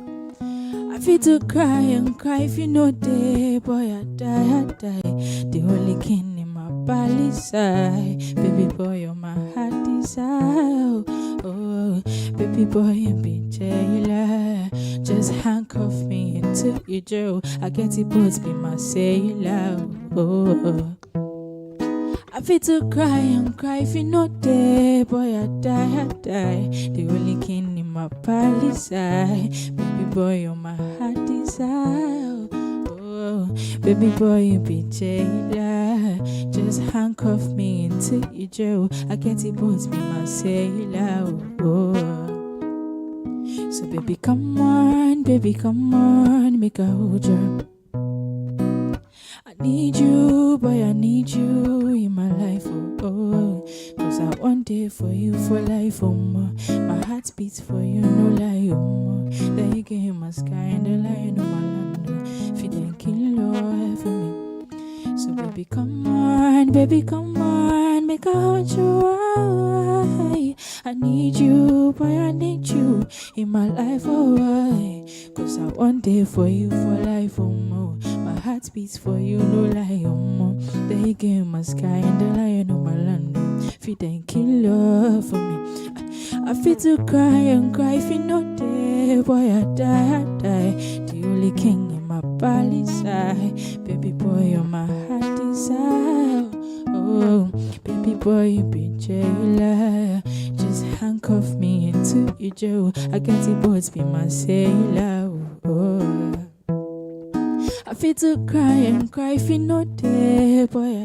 die, the only king in my body side, baby boy, you're my heart desire, oh, baby boy, you been jailer, just handcuff me into your jail, I get it, both be my sailor, oh, so baby, come on, make a hold you. And I need you, boy, I need you in my life, oh, cause I want it for you for life, my heart beats for you, no lie, the eagle in my sky and the lion of my land, if you didn't kill love for me, for you for life, I want it for you for life, hey, for you for life, yeah. Cause I want it for you for life, my heart beats for you, no lie, the eagle in my sky and the lion of my land, if you didn't kill love for me. Remy. Is that your name? That's my stage name. That's your stage name. What's your full name? Encho Angela Newton. Oh, so you're a Ghanaian? Yes, please. But you don't sing like a Ghanaian. Has someone told you before? Yeah. Oh, really? Get that. So the person said you sing like a Nigerian? A Nigerian? Yeah. And which artist in Nigeria? Some compare me to Tenny. Yeah. What of Asa? Who? Asa. Don't know. Okay. Yeah. People also say Asha. Oh, okay. What's the name of your guitarist? Ogi. Yeah. So you move along with her everywhere you go? Yeah. Okay. But for how long have you been doing this, Remy? For 2 years now. 2 good years? Yeah. Wow. What really inspired you to do this? Oh, because you have the voice. you have the style, and this is what actually we need for the morning. Something to just calm us down. We'll bring you here again, okay?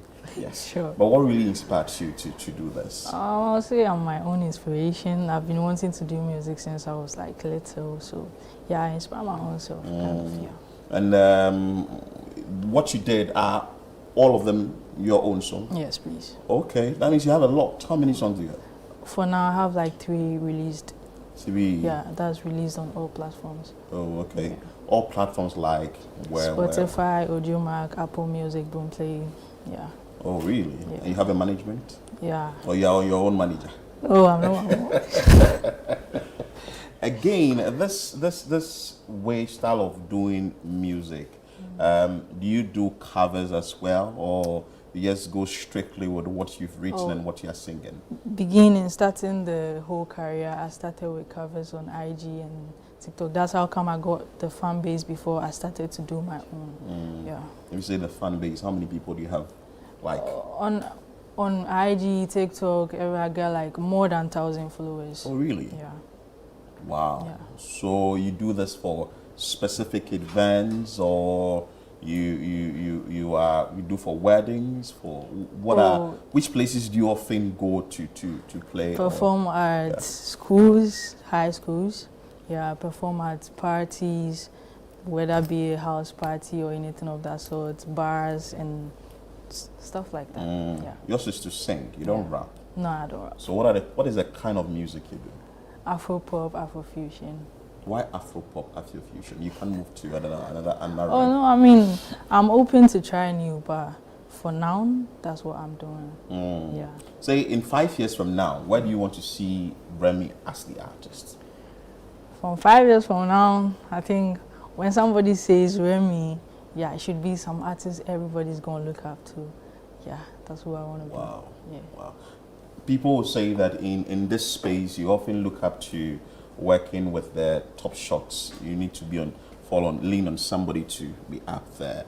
So let's say 5 individuals you'd want to really work with in your space. Which people will it be? For Ghanaians, I'll say Kwabena. Why Kwabena? Because what you are doing, I didn't hear you sing anything local. Kwabena will do English, but he's more of the local man than Brofosem. Brofosem, and you want to do with Kwabena? It doesn't. Okay, so why Kwabena? Kwabena is somebody I really, really look up to. Like, he's got a very nice voice, vocal-wise. Like, he's just good. I just wish I could see him one day, though. Oh, you will definitely see him. And the other 4 will be? Okay, so give it to Olive the Boy. Okay, Olive the Boy, yeah. Nigerians, Tenny. Davido. And Rema. Yeah. So with these people you've mentioned, which of the top artists have you met so far, and the plug that is pushing you to meet these individuals? Okay, so for now I haven't met any of them. For now I haven't met any of them, but then hopefully you meet them one day. Anyway, share with the viewers how we can get in touch with you, because what you are doing would help for events and all that. On all platforms at Remy_music, be it what IG, TikTok, Audiomax, Spotify, Remy everywhere. Remy is spelled REMMNI. Yeah. Beautiful. So, Kwabena, if you get to hear of this interview, Remy wants to do something with you, Shabo, and also Olive the Boy.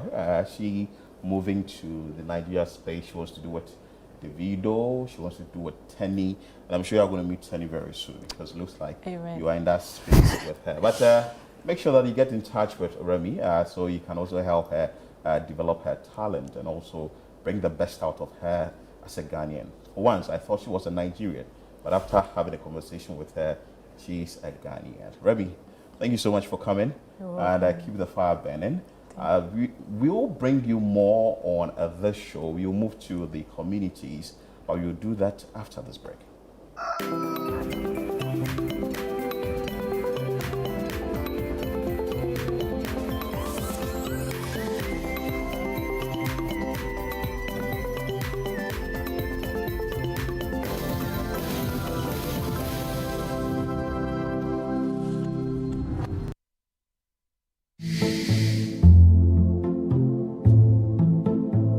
While you're done for the day, someone is planning to start theirs. At every given second in the dead of night, an uninvited guest could turn all your hard work into a nightmare. But with Response One's BizGuide monitored alarm, help is already on the way. Our state-of-the-art video verification means the moment your security is breached, we are watching, verifying the threat instantly. Our dedicated response team acts swiftly, ensuring that threats to your livelihood are stopped in their tracks. And with our rent-to-own plan, this unparalleled security is yours with an affordable monthly payment. Protect your business now. Pay as you earn. Join the hundreds of shop owners who trust Response One to protect their businesses. Don't wait for the worst to happen. Act now. Call Response One today or visit our website. Your business deserves the best defense.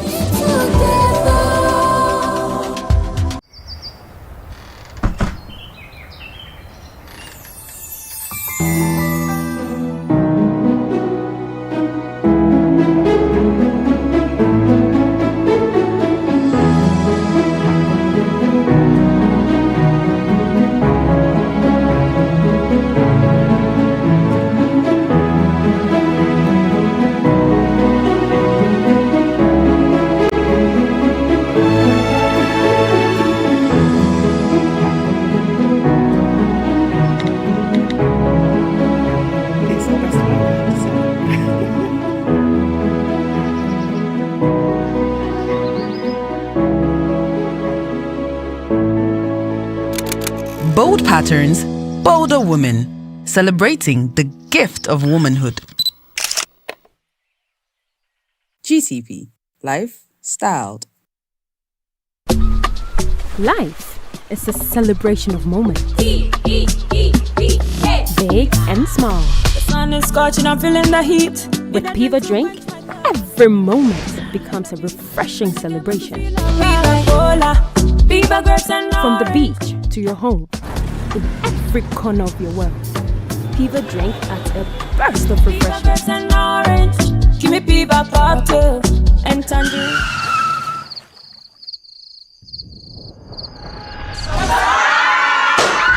Celebrate every moment with Piva Drink. Refreshment for every occasion. Piva Drink, a taste you will love. P for Piva. This advert is FDA approved. Introducing Betway's Bet Influencer, a groundbreaking feature where you can make money by just sharing codes. He just needs to share his codes and make money. The more his codes are used, the more money he makes. Oh yes, so what are you waiting for? Anyone can be a bet influencer. Share your codes and make money. Bet Influencer, another world first from Betway. This advert has been approved by the Gaming Commission of Ghana. Betway, get way more.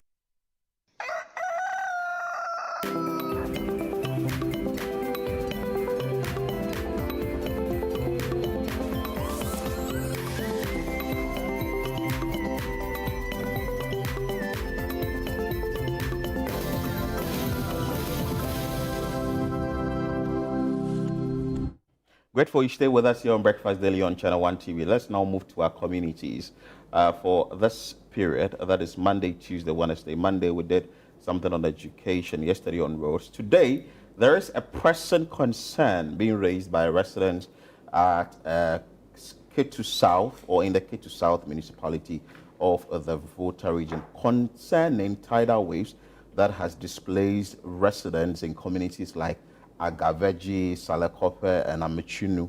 And this situation has been like that for a very long time.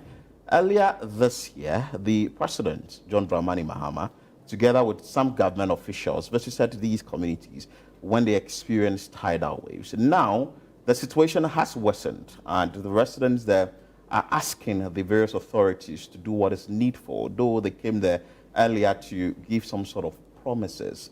Now, the situation, like I stated initially, has gotten out of hand. Our correspondent, Desmond Selassie-Ago, who is in the Volta region, filed this report. After, we will have conversation on that.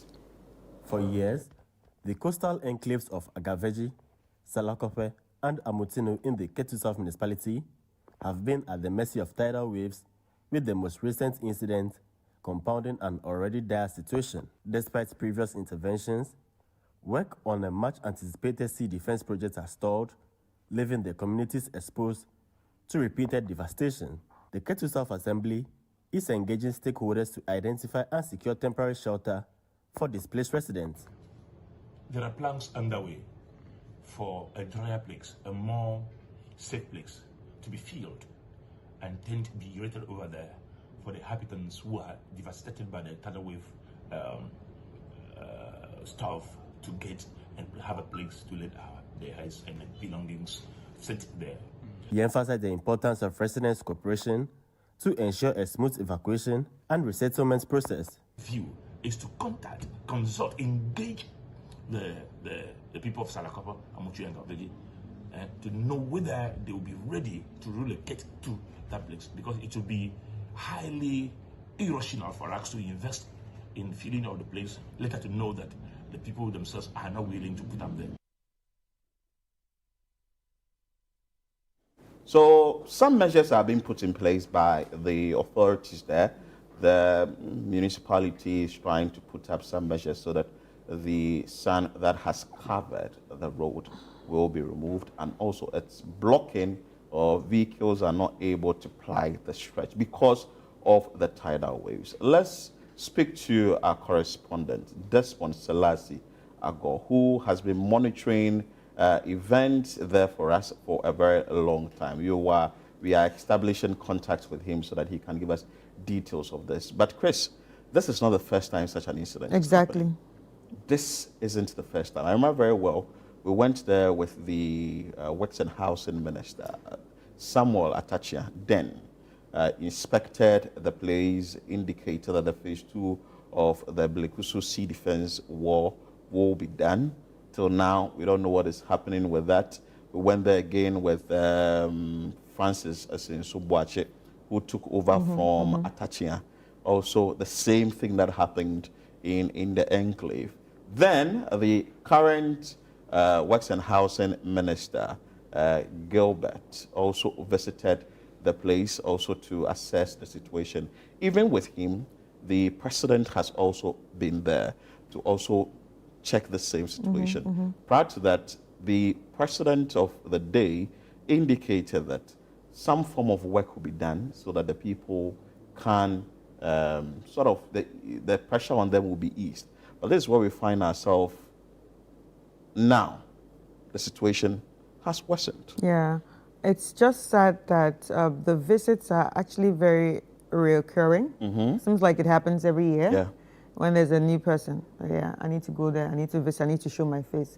And then the work, it's not done. And now the MP for the area, she's actually tired. The MP is Jifagomashi. Yeah.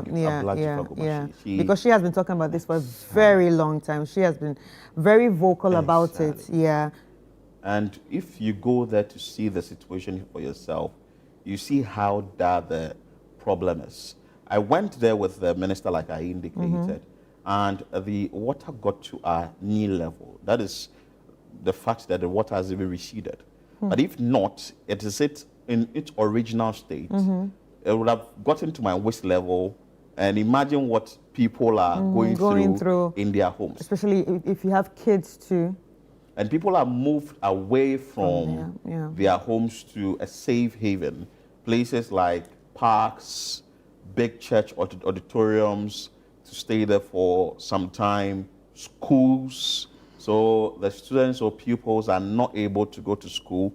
They would have to stay in this structure for for some period before the water recedes, and then they can move back to their various homes. But with this problem, if actually something is not done about it, like we've always been saying and we are preaching here on Channel 1 TV on Breakfast Daily, definitely it's going to get worse by the day. Maybe the authorities will have to tell us what they are doing, not just the measures they put in place along the way, just few days, then they'll come and tell us that we are doing this, and they'll go back to the same thing. But anyway, we have the committee or the unit committee chairman for Amutinu Salakope electoral area, Gideon Tete.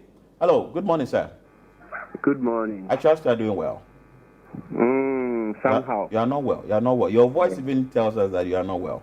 Yeah, I'm not well. What is the current situation in the area concerning the tidal waves problem?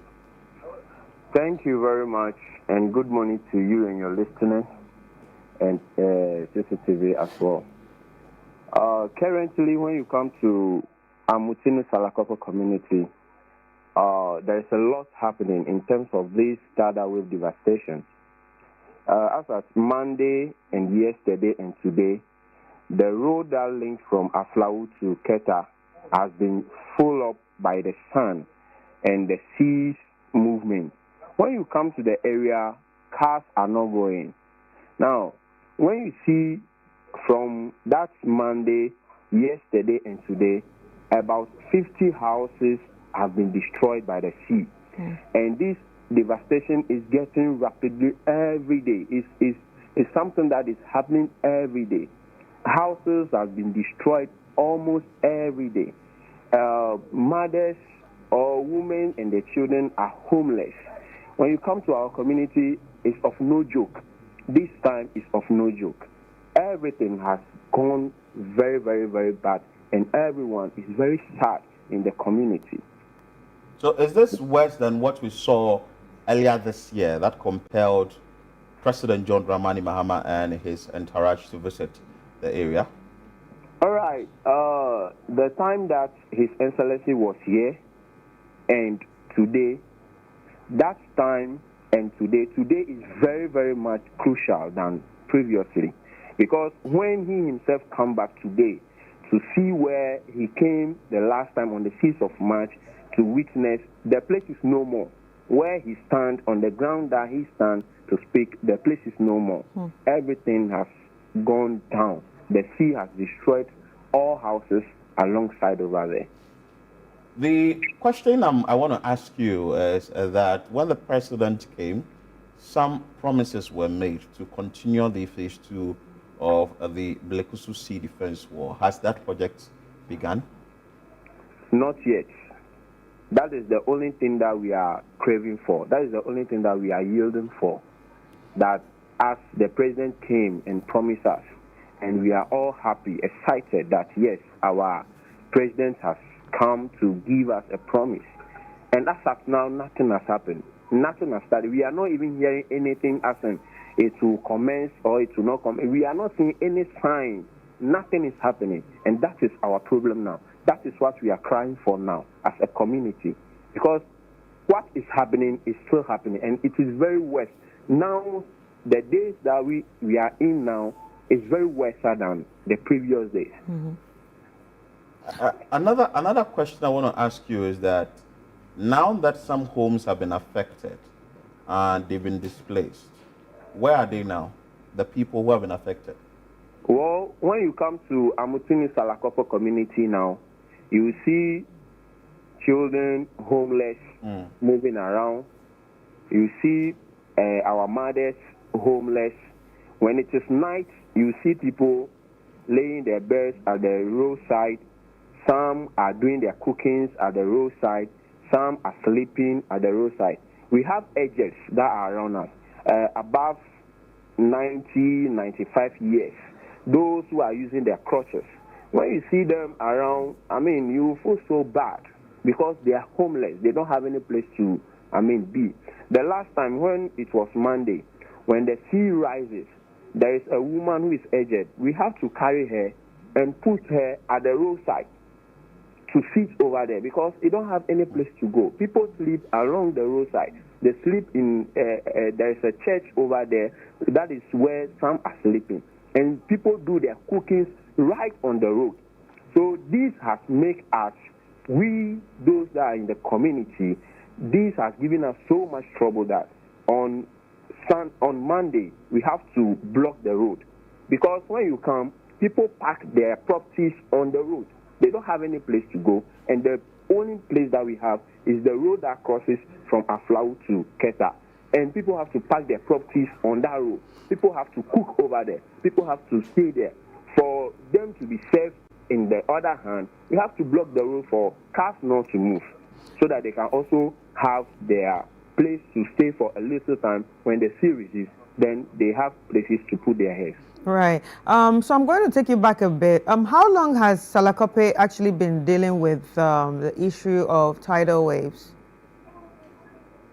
This thing started happening in November 2017, thereabouts. Yes. For so long now, let me say about, if I did my calculation, well, let's say 15 to 16 years now that we are going through this. Mm-hmm. This is the time, the period in which we are going through this. Yeah. The houses has been taken little by little by little, and now at the roadside. Right. And also, during all these years, do you know what the engagement with, say, NADMO has been? All right. Talking about NADMO, anytime it happens, they come around. They do visits. They see those that are devastated, and the little relief items that they have, they give it to the people. And our minister, the current minister, Honorable James Gonu, is also someone who is always on the ground of the Amutini Sarakopo community. When we talk about our Honorable Assemblyman, who is Sylvester, they are always on the ground about seeing the people, talking with the people, and even our current MC, Honorable Nicholas Waklachi. So they are the people who comes around the ground all the time to see those that are devastated. Right. Yes, they come around to see them, but we need the construction of the sea, the continuation of that. All right. So, say the construction of the sea defense project does not take place. Do you think there are actually permanent resettlement areas for the people? Because it's important for the people to be safe. Yes. I think you are talking about relocation of the people. Yeah. Yes. When you come to our community, this is what we always say, that when they talk about relocation, it is no for us. Because our community is a fishing community. That is where people get their daily bread from. Now, when we relocate them, where are we sending them to? That is one point. Now, when we send them to where there is no place that they can get their daily life bread from, is the government going to provide for them to their satisfaction? That is another one. Now, if we relocate them, are we going to leave the other place to get destroyed by the sea? And we have to know that the road that we are talking about, or the place that we are talking about, if the sea in any way crosses that road, and we are going to have the same devastation in Agbozumwe. Therefore, the road that connected, the international road that connected from Aflao to Accra, will also go. So when we are talking about relocation of the people, are we going to leave this place to get support? And when we relocate the people, are we going to give them the full support that they need in their life to be satisfied? And that is our problem now. And the people are fishing community. They can't go to any farming land to start farming. It will be a very long process for them. Right. So for relocation to us, it is something very difficult. Right. I get you. But what does the community need most urgently right now? Right now, if there should be anything that will be provided to the community, that one should be the extension of the sea defense, so that we can have our life back, so that we can have our peace of mind. Even though most properties have been destroyed, yes. When you come to our community, it's a whole lot, because getting money to buy, cement, start over building, it's not easy. The work that our fathers did in those days, before getting their houses, getting their properties, is no more. That work is no more. And even the strength that they have is no more.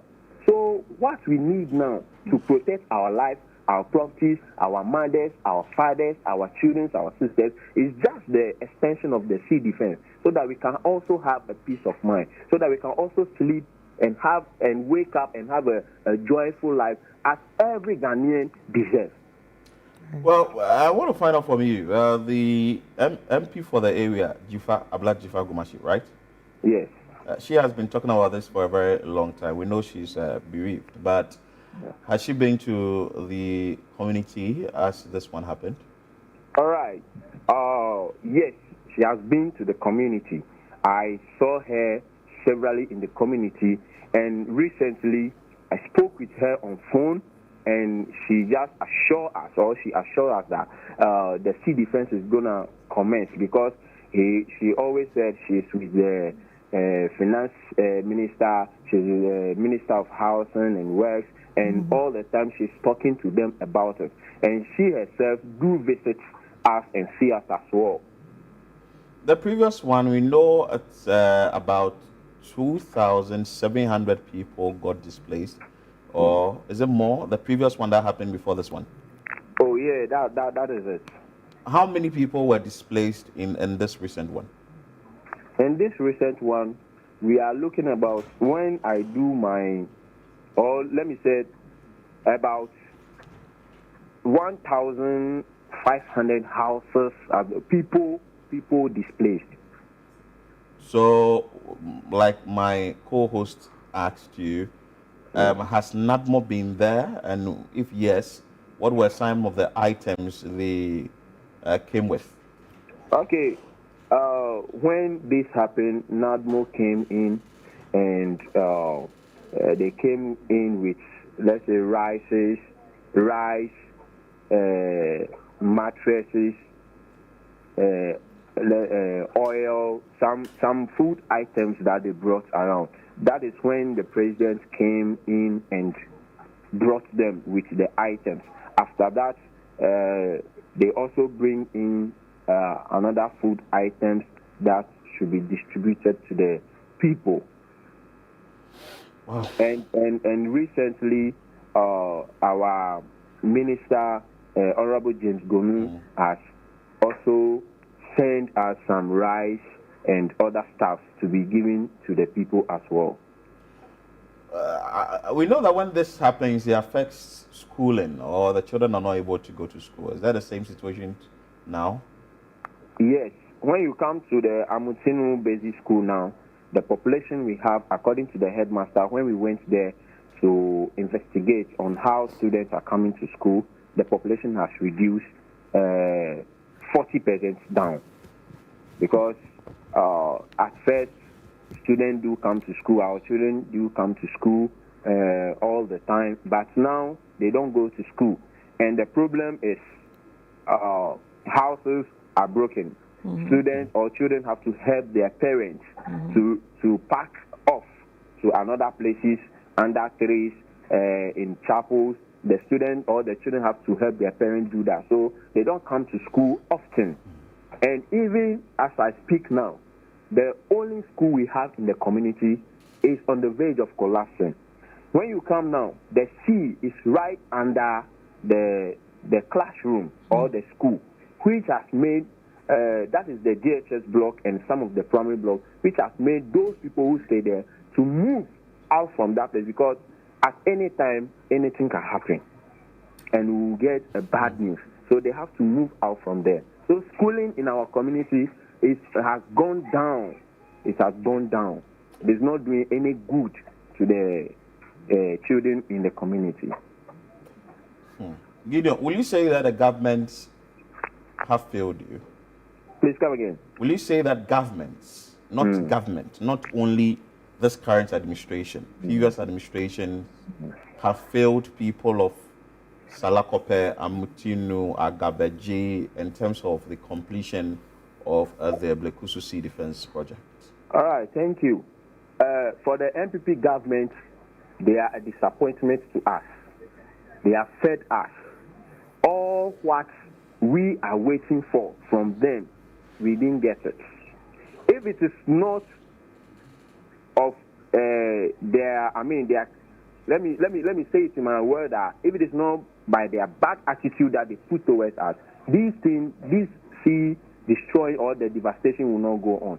The MPP government refused to extend this. Well, let's not politicize it. Yes, no, I'm not doing it in that way. By saying that the NPP government, it wasn't the same under the previous NDC government. The construction of the sea defense that we have from Blekusu to part of Agaveji is a contract awarded by the NDC. We are not going political way, but that is the contract awarded by the NDC before the NPP came in. So they hold into that and then stop at where it is now. And when they come into power, they can extend that so that we can also have a good life to live. But they didn't do it. And now the thing has come, so, I mean, we have the workers that we have in our community. In their time, the NDC government who came, they came to promise they will do it. And as of now, we are not hearing anything from them. So we are just, the people over there, are still hoping that, as His Excellency George Amani Mahama came to say, we are still hoping that they should come into our end to do it for us. So the people of Blekusu, since the sea defense has been constructed there, they are safe, right? Oh, they, for me, I would say they are safe, but they are not 100% safe. Why? Because if this sea, the same sea, crosses the road, it's going back to Blekusu. Okay. Yes, it's going back to Blekusu. You see, when this sea crosses the road, where this sea will reach in the Ketu South constituency, it will be something very, very, very, very, very big. It will be a very big problem to us all. So when they said Blekusu is safe, Agaveji or parts of Agaveji, no, they are not safe. When the sea crosses the road, they are also inside. They also be affected. Yes. Well, NADMO has been there. Something brief has been done. But in the interim, before the entire project to be done, what do you think that, as the unit committee member or chairman in that area, what do you think that should be done for the residents who have been affected before the bigger one can come with the completion of the Blekusu Sea Defense Project? Okay, right now, working in the community too has become so low. We don't go for fishing again, because when you cast your net, you are just going to bring out the broken houses in the sea, and your net will destroy. So we are just pleading to NADMO, our government, or anybody, NGOs, who can come to our rescue by providing relief items for our people, as in being food, being beds, being other things, anything they can provide to them to live their lives on for now. Wow. Can provide them. So that maybe we will be dwelling on that and be hoping for the bigger project to come up. Yeah. So it means that there are a lot of homes or houses in the sea as we speak now. Oh, about 3,000 houses are in the sea when we talk about that since this thing happened. And you can't cast your net. If you cast it, the net will destroy, because the pieces of the blocks that we have in the sea will destroy your net for you. So people are no more going. When you come to our community now, most of the nets are packed under the tree. The boats are pulled along the roadside. We don't even have a place to put the boats as well. So fishing in our community has become slow. There is nothing going on again in terms of that. Wow. So we are just pleading to anybody, NGOs, anybody who can come to our rescue, providing relief items, being food, whatever, to the people, so that we can all have a good life to live, manage it in a way before the bigger project will come off. Wow. Gideon Tete, thank you so much for your time. We are grateful you've given us details of what is happening at Salakope, Muchinu, Agaveji. They have been hard hit by the tidal waves that happened there over the weekend, and on Monday it was severe. It affected a road that connects to Kita, from what they are saying, and this is a big problem that has to be dealt with. From all what he has stated, the final decision is construction of the phase 2 of the Blekusu Sea Defense Project. Yeah. Because this sea defense project is going to save the lives of a lot of people. According to the Ghana Hydrological Authority, about 270 or 290 kilometers of the coastline is affected by tidal waves. And the earlier something is done about it, the better. But well, that's where we find ourselves. It was actually good hearing from, someone that lives there. And, what I've realized about this is that it's, in as much as we think that it might, like say they should relocate or they should move to another space, he asked a very important question. So what's going to happen to the place if they relocate? Because if you tell them to relocate, that means we might say they're abandoning the project. But if you abandon the project too, that means the whole area is going to be like sunk in water. And it's also going to have a ripple effect down to the main Aflawa Road, which is a major road that a lot of people ply through to go to Togo, and especially traders. So this is a big one that has to be dealt with. Let me just quote directly from the Ghana Hydrological Authority. So there was a press conference that was held by the Hydrological Authority last year, and it's give a hint. From the Ghana Hydrological Authority, it has revealed that 370 kilometers of the country's coastline are at risk of destruction due to sea waves and human activities. The coastline forms 2/3 of the country's 550-kilometer coastline stretch from the west to the east, which hosts some strategic installations and infrastructure that are currently being threatened by tidal waves. So this tells us that there is a bigger problem, though some sea defense projects have been embarked on. For instance, the Dansuman Sea Defense Project has been embarked on by the government. That sea defense project hasn't been completed. We understand that construction is still ongoing. When you go to Tema, it's the same thing. Sea defense project is what they are also asking for. People who reside at Tema New Town are also complaining that they want sea defense project because gradually the seawater is taking away the community from them. When you also move to Ningo Pram Pram, it's the same issue. Sea defense projects, they are also requesting now, asking that the government should do some work there. Some part of it has been done, and it's about 70% complete when you go to the Ningo Pram Pram. But another part of Ningo Pram Pram is also demanding for sea defense project. Then you continue to this side, the Keta or the Ketu South area, where the residents there are also asking that the sea defense project should be done. So if some amount of money is put in there for the completion of the various sea defense projects, I think it's going to help us all, because these fishermen or fisherfolk, like Gideon stated, cannot abandon their communities and move into the inner cities or into the inner communities. No, they would want to be along the coast, then they can embark on their day-to-day activities, i.e. doing fishing. Because if they move away from these communities and we do not have enough measures for them to safeguard them, to protect life and properties, then what are we doing as a country to these people? Are we depriving them of their, say, livelihood? Because some people fall on this solely. You go to the western region, it's the same thing. People are complaining, asking for sea defense projects to be done. I remember very well, ahead of the 2024 elections, we went to a place in the central region. Yes, in the central region.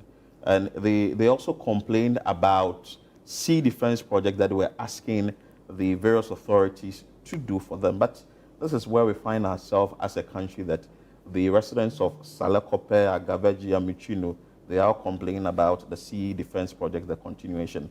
But we have on the line the Municipal Chief Executive, the Ketu South, Nicholas Walache. Hello, sir. Good morning. Good morning. Your name is Nicholas Walache, I guess, or Walache? My name is Nicholas Woklachi. Woklachi. Good. Thank you so much for your time. And I know you just took over the baton as the MC for the area. Absolutely, you're right. And you've been met with this situation. From your outfit, what do you make of the current situation in the area concerning the tidal waves?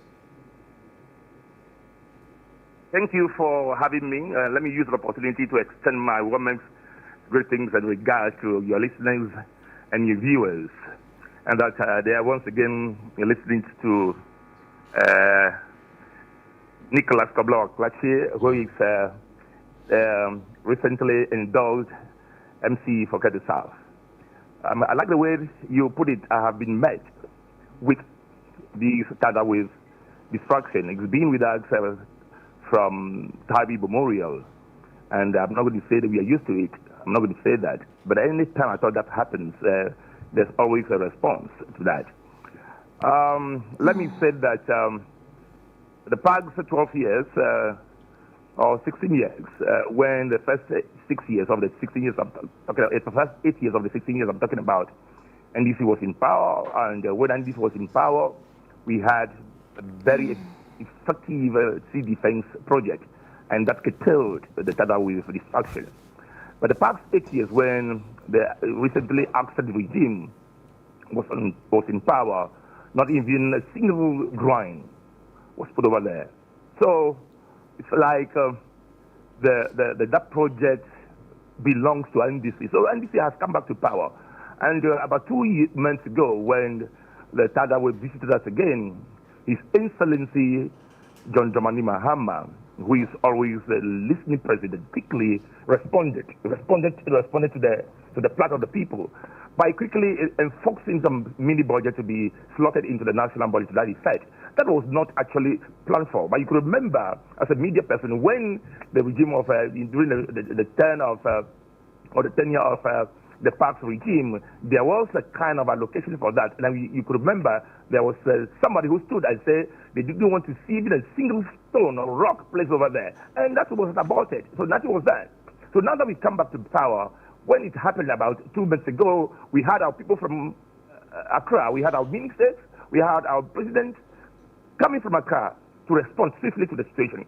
And they did promise that something will be done about that. And this is what we are doing. So far, I can tell you for a fact that the situation is getting out of hand. The sea has now ravaged up to the roadside, and the whole part of the road has been covered with the ooze of the sun sea from on the road, and making the place immotorable or unmotorable. So for now, we are now backing our hopes on the promises of the Republic, the President of the Republic of Ghana, who I always label as the listening president, who I always laud as a president always responding to the plight of the people. So we are keeping faith with the NDC government. We are keeping faith with the Member of Parliament. We are keeping faith with the regional minister, his Honorable James Gonu, who quickly ordered 40 tents to be made available, who is providing resources for us to get some place filled for the people to move to safety. And I'm also keeping faith with the Member of Parliament, Honorable Ablaji Fagumashi, who has released some resources to be used temporarily for the people to be catered for. So for now, I can tell you for a fact that the situation is getting out of hand, but we cannot continue to be talking about the situation. The only thing for us to be talking about now is how to perfect some temporary solutions. And this is all I'm telling you. We are providing relief items. At least the people's livelihood have been destroyed because the sea has taken over their places, their residence, and even they don't have any place to even lay their heads. So what we are doing now is to provide food items for them, at least to be cooking and be eating at a place where they can find themselves comfortable to be doing that, and also where they can be laying down their heads. And that's what we are doing now. Right. So what has been your biggest challenge when it comes to, helping the affected residents? The biggest challenge is the resources I'm talking about now. This is what we are now gradually providing. Because when the sea is now close to the road, or has even overtaken the road, and getting to where we are even providing as a safe place for them, the challenge is that we need to now look for a safer place. And that's what we are doing now. I can tell you for a fact that during the past regime, what we experienced was that a place was allocated for a resettlement.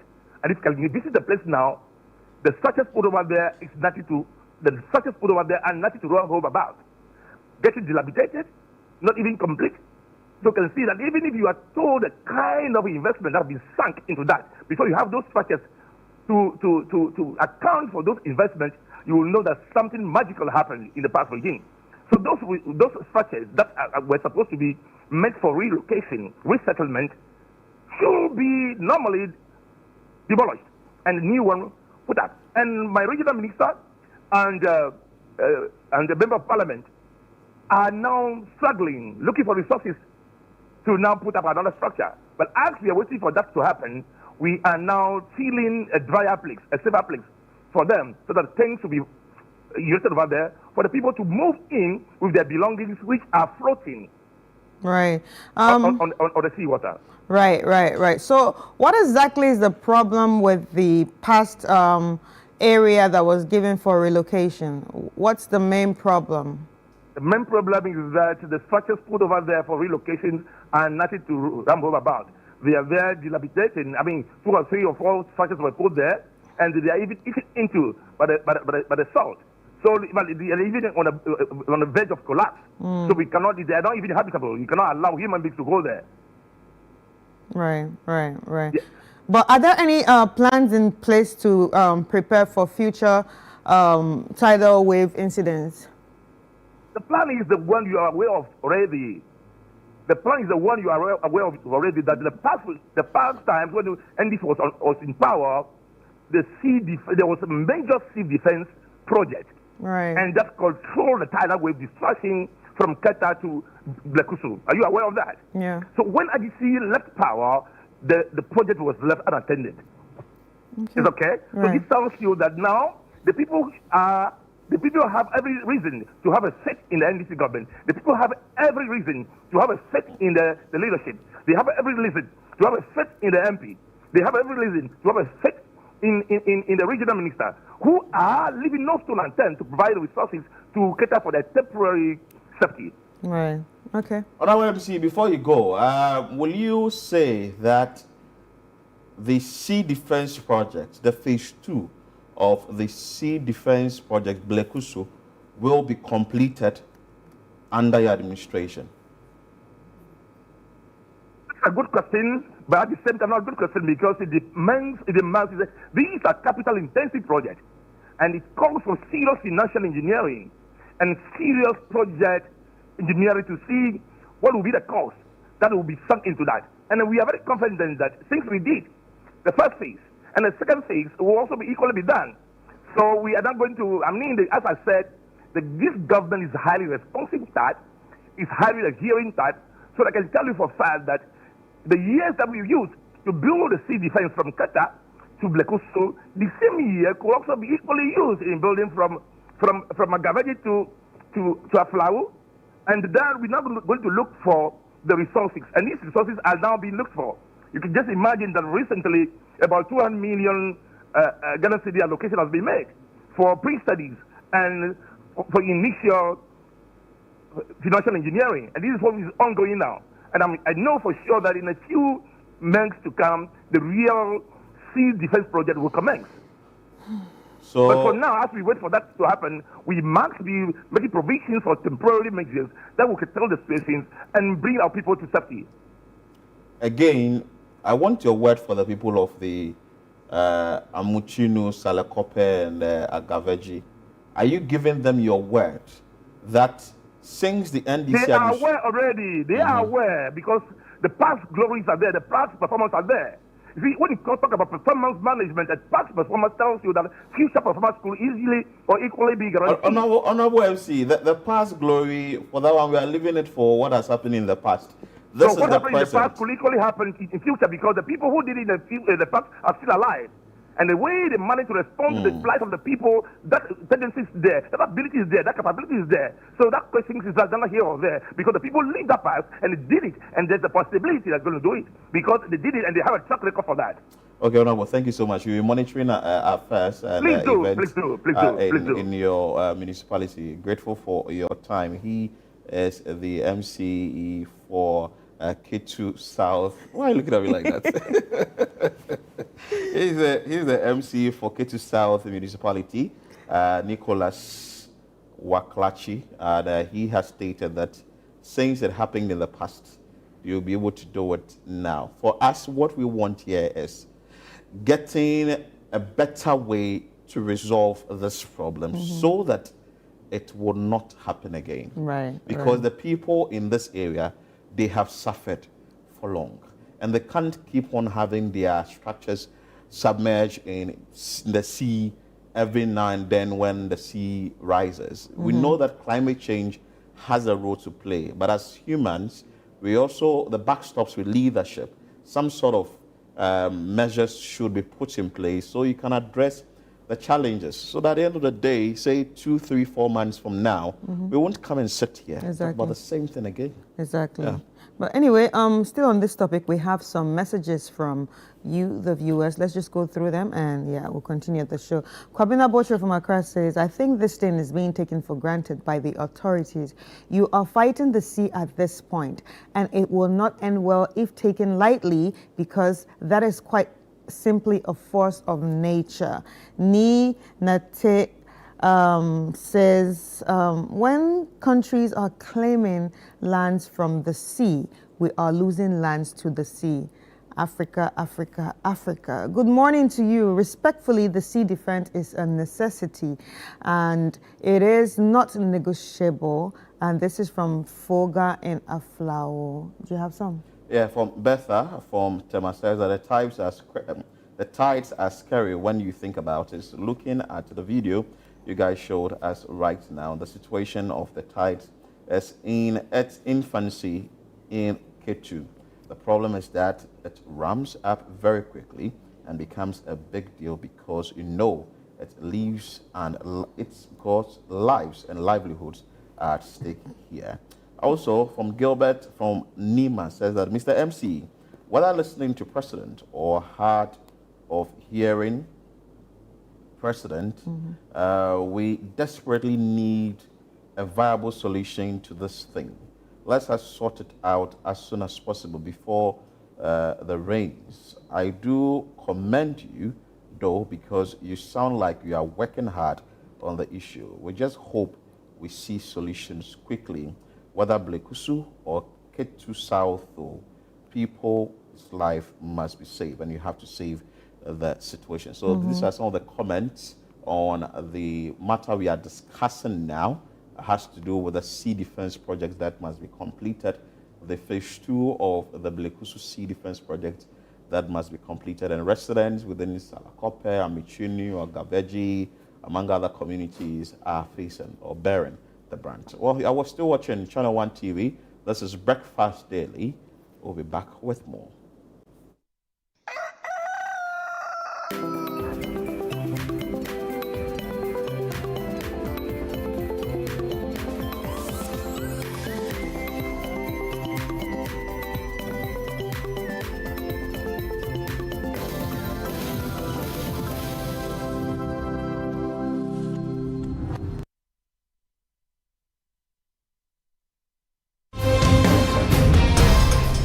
On Footprints, this Friday, Professor Kwesi Yanka continues his story about his academic journey, his writing ability as a public intellectual, and his stint with politics.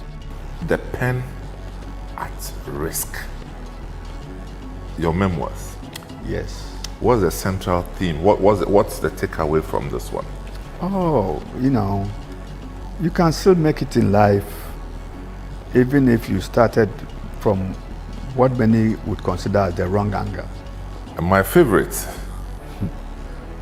the missing pages of June 4th. We wanted to do a special issue on June 4th. You won't believe it. We went through all the libraries in Ghana. We couldn't get a single newspaper on June 4th. In other words, graphic editions of Daily Graphic on June 4th. They were missing. They were missing. This book really shook him. Meeting Jerry Rawlings for the first time at Ridge, face to face, and I had scheduled the appointment, seeking to give him a copy of this. This thing racked lots of injuries, past injuries. Yeah. That were reopened by just giving him this book. He opened it page by page and page by page. And instead of the 15 minutes that I was anticipating between us, The meeting lasted more than 1.5 hours.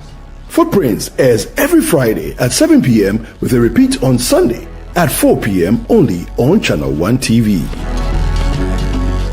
Curious about what's happening beyond your borders? Beyond Borders takes you there. Every Wednesday at 7 p.m., join Caleb Kudo as he explores the stories that shape our world, connecting you with Ghanaians in other cultures and seeing the world through their eyes. So if you learn to one thing, you leave your shoes outside. Wow. Tuesday, you know, I won't go to Ghana dressed in a Lacoste. I would as director of operations. From international politics to the human stories that define nations, Beyond Borders brings you a fresh perspective of Ghanaians around the world, one conversation at a time. Beyond Borders with Caleb Kuda airs Wednesdays at 7 p.m. only on Channel 1 TV. Welcome. It's Play to Aid. Get ready for the game show where every play has a purpose. Welcome to Play to Aid, the only game show where your knowledge and skill don't just win you prizes, they help change lives. What sport is considered the most popular in the world? Every point you earn goes toward real-world support, from school supplies to health kits, clean water to emergency relief. Play smart, play big, Play to Aid. Catch all the action, the drama, and the heat. Most commonly spoken language in Brazil. Portuguese. Play to Aid every Sunday at 3:30 p.m. only on Channel 1 TV. Edna, let's begin. The Play to Aid game show is proudly sponsored by Tang Palace, Giraffe Island, and VVIP.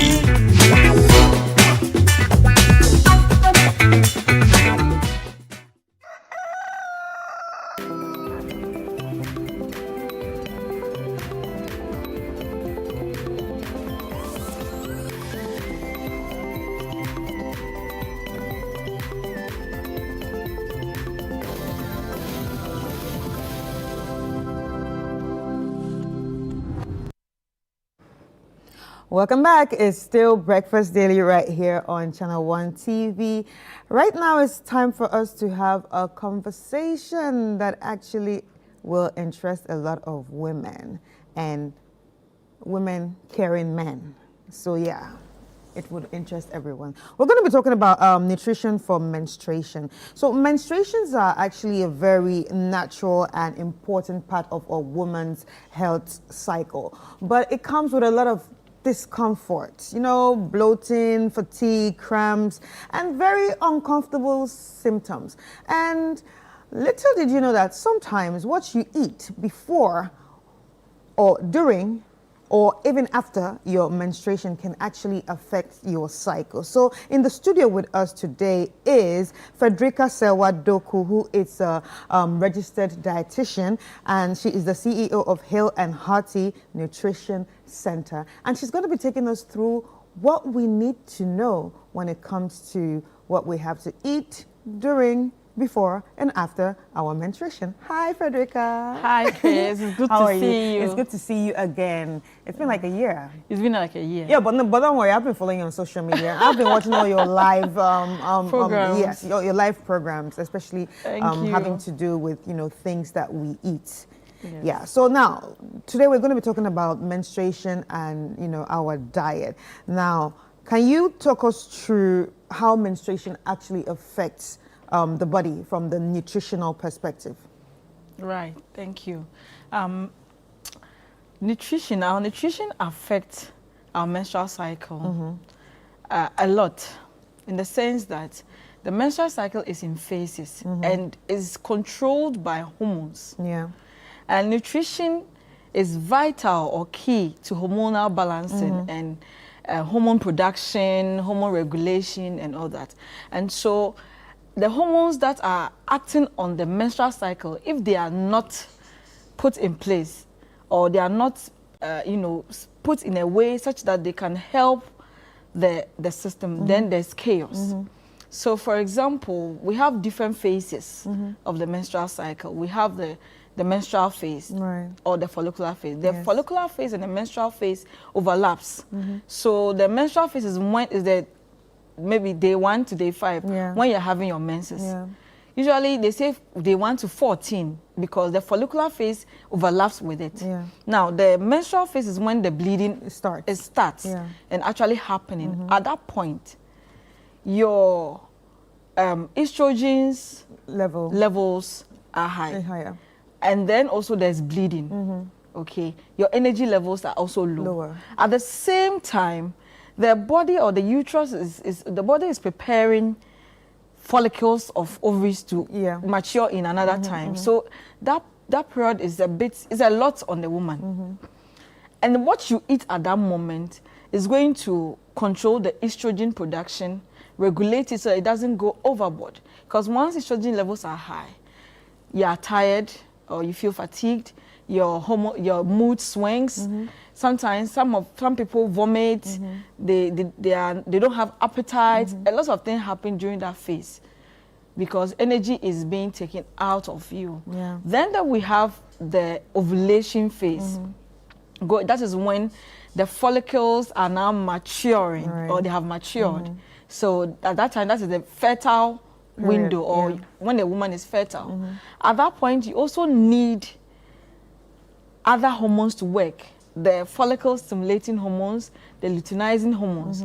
They are the one preparing the ovaries to mature so that they can, if no pregnancy occurs, then they can burst again and then.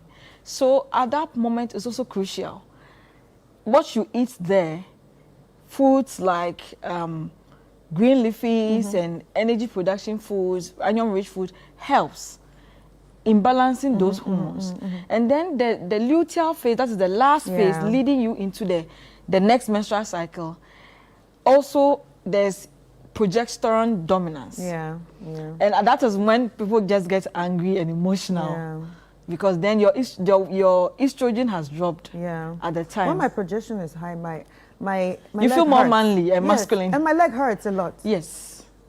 Yes, some people have swollen feet, especially when you're in your 35 going on 40s, you experience the feet swells and painful feet and all that. So, and studies have shown that, look, whatever that you put in your mouth, the foods that you eat are going to energize you, help with the mood swings, reduce the symptoms. And we are going to go into which foods they are. And so you can't eat anyhow as a woman. That is for me. You can't eat anyhow as a woman because everything that you are eating should support your hormonal balance. It should support your menstrual cycle and everything that makes you a woman. All right. So let's talk about the phases of the menstruation. You started with which phase? The menstrual phase or the follicular phase. The follicular phase. And you know, like when you go on social media, it shows that during every phase, a woman behaves differently.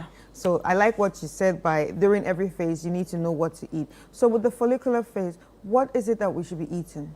So for the follicular phase, which overlaps with the menstrual phase, what you need more is iron-rich foods, okay?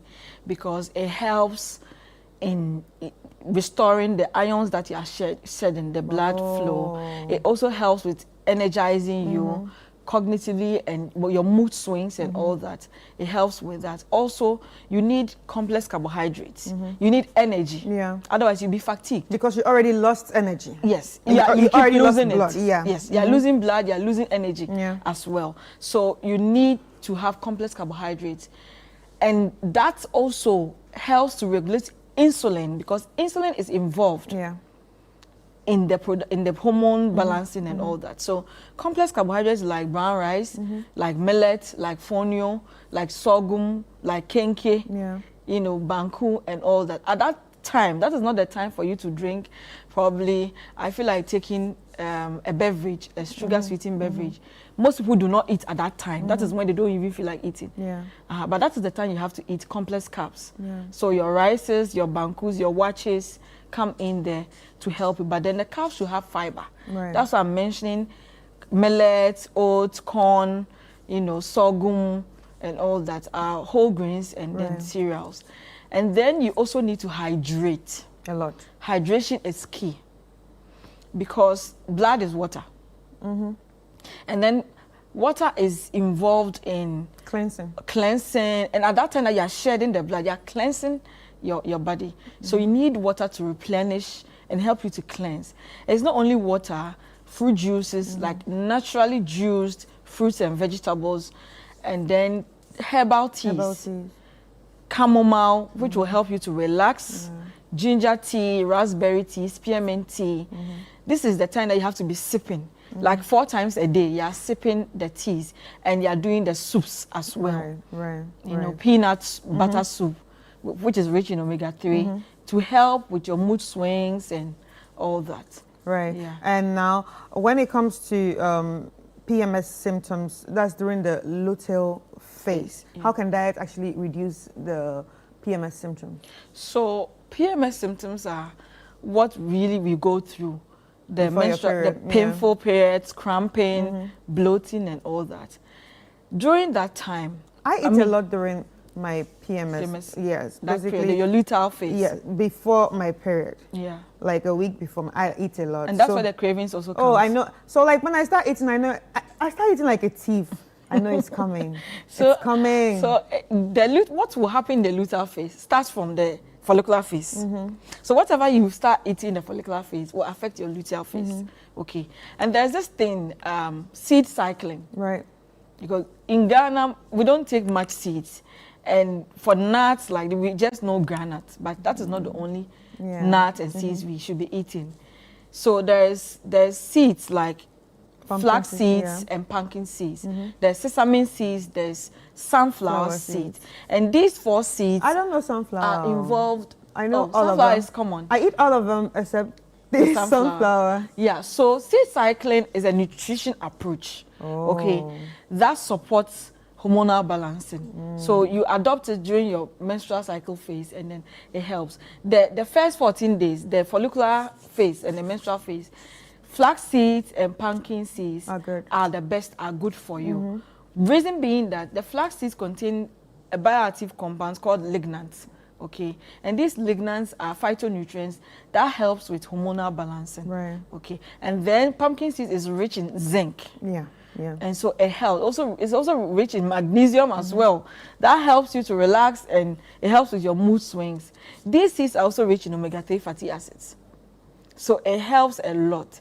And then moving on to the 14th day or the 15th day to the 28th day, that is where you need the sesame seeds and the sunflower seeds. Oh, so we have to know that there's a time to eat everything. Yes. You just don't eat because you're hungry. No. As a woman, for me as a dietitian and moving into women's health, I have come to realize the power of food, like power connection of food. So I always tell women to use food as a tool to better understand their bodies and care for themselves. All right. So talking about tools of, better understanding your body, what should women eat during the ovulation period, especially a woman that wants to, give birth? So during the ovulation period, what you need more is green leafies. It also has folate, okay? And then eggs, choline. Choline in eggs also helps with ovulation. And then the seeds as well. I mean, I've had people who are not ovulating, who are not having their menses. And when they start chewing the seeds, they start having their menses. Oh, wow. Oh, yes, and it's pain-free. Yeah, so you need that. You also, during the ovulation period, you need vitamin D. So food sources of vitamin D and B12. So lean meat, all the types of beans. The bambara beans, the cowpeas, the lentils. You need that. And then you also will need vitamin C, citrus fruits. So orange, mango, pawpaws and all that also helps. Right. Yeah. And garden eggs. All right. Okay, so you just mentioned garden eggs because you talked about lentils and stuff. I was about to actually, can Ghanaian or local food actually effectively help support a woman's cycle? Yes, of course. All these foods that I've mentioned, when you're in your ovulation phase and you're eating banku and okra with green leafies or TZ and ayoyo soup. Oh, yeah. With fatty fish like salmons or mackerels or tilapia, you're good to go. No. Okay. Yeah, eating garden egg stew. I like doing garden egg stew with beans inside. You can do that with a yam. Right. Okay. And then there are foods that we are not exploring, like millet, like sorghum, like fonio. Yeah, I like fonio. I like millet too. So you could do, fonio salad with green leafy vegetable like spinach, lettuce as your salad. Yeah. You can do millet porridge with pumpkin seeds and those things in the porridge. Yeah, even flaxseed. I actually add my flaxseed and it's to best my absorbed oats. when you powder it, like ground it into powder and add to your food. Right. So you can add it to your smoothies, right? Yeah, you can add it to your smoothies. So green smoothies and all now, that. are there any foods that actually makes our menstrual symptoms worse? Definitely. Which one? So don't tell me sugar. Refined sugar. Yeah. Okay, so not really the sugar we know per se, but every refined sugar. So if you're eating white rice, it's a refined sugar. I feel like I don't know what you feel about this, but for me, I feel like white rice, it's an enemy sometimes. To me. So that's why you have to switch. Explore the other ones like fonio and brown. People don't like brown, but brown is really nice when you cook it with rosemary and some coconut oil. Yeah. So, refined sugar, sugar sweetened beverages. Right. At the follicular stage, that is when people want to drink sugar sweetened beverages. It's not going to help you. Okay. And then caffeine.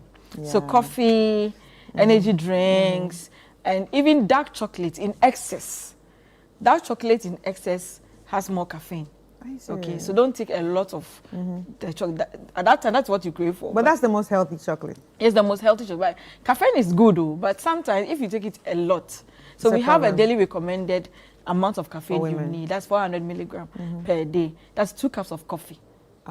So if you're a coffee lover and you take a lot of coffee during your menstrual phase, you don't need that.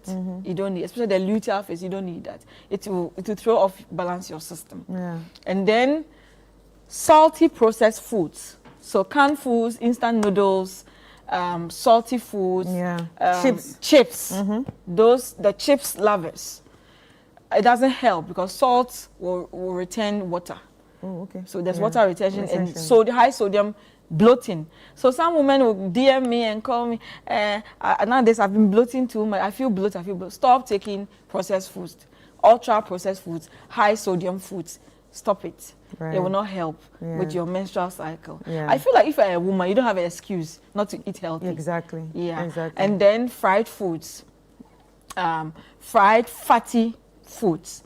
Okay, trans fat. So margarines, big goods, and other fried foods that are highly fried, not helpful. And then sometimes dairy. Yeah. So some women are lactose intolerant during their menstrual period. Some women are casein intolerant. So if you are that type of during your menses, when you take milk, you feel you are gassing, feel bloated. Some of them are having diarrhea. You shouldn't take that during your menstrual period. Right. Anyway, how can people actually reach out to you? So on Instagram, Finest Dietitian, on Facebook, Finest Dietitian, TikTok, Finest Dietitian, X, Finest Dietitian. Yeah. So you can follow me, DM me, and I'll respond. All right, guys. That's Frederica Selwadoku, who's a registered dietitian, and she's actually very, very responsive and very active on social media. So you should be following her. I don't know why you're not following her. You should be following her right now. She's the CEO of Hale and Hearty Nutrition Center, and she's taking us through everything we need to know about nutrition for menstruation. So now that you know, you should be eating healthy and not eating like a thief. Always. Anyway, ladies and gentlemen, it's time for us to check out our entertainment highlight of the day. We'll be back. Hello and welcome to Entertainment Highlights on Breakfast Daily. My name is Ni Komite Kome, and this is powered by GhanaWeekend.com. Now to our first highlight. Grammy-winning Nigerian artist Burna Boy has secured his 9th platinum certification from France SNEP with his hit single City Boy. This milestone cements his status as the most certified Nigerian artist in France.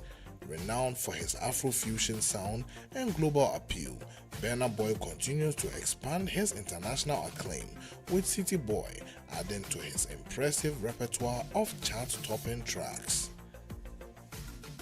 We say congratulations to Burna Boy. Now our next highlight is rather on a sad note, because veteran Ghanaian journalist and traditional leader Nana Kwesi Jan Apenteng has died at age 74 in London after a brief battle with cancer. A former editor of The Mirror and deputy editor of the UK-based West Africa magazine, he returned to Ghana in the 1990s to lead communications for the Third World Network. He later worked as a media trainer and consultant for bodies such as MTN, UN agencies, and Star Ghana. He is survived by 6 children, with funeral details to be announced. Now to our next highlight. Ghanaian artist Episode is enjoying a standout year in 2025, winning the TGMA Music for Good Award and performing across the UK, Germany and France, including a major set at the Shindig Festival. His energetic shows highlight his growing international reach and commitment to promoting Ghanaian music globally. Alongside his tour, Episode has released a new single offering a glimpse of his upcoming studio album due later this year. Just got here.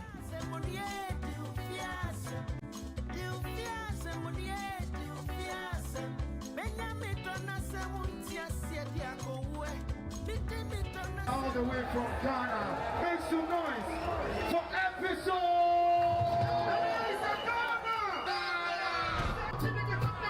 Everybody come in now, downtown!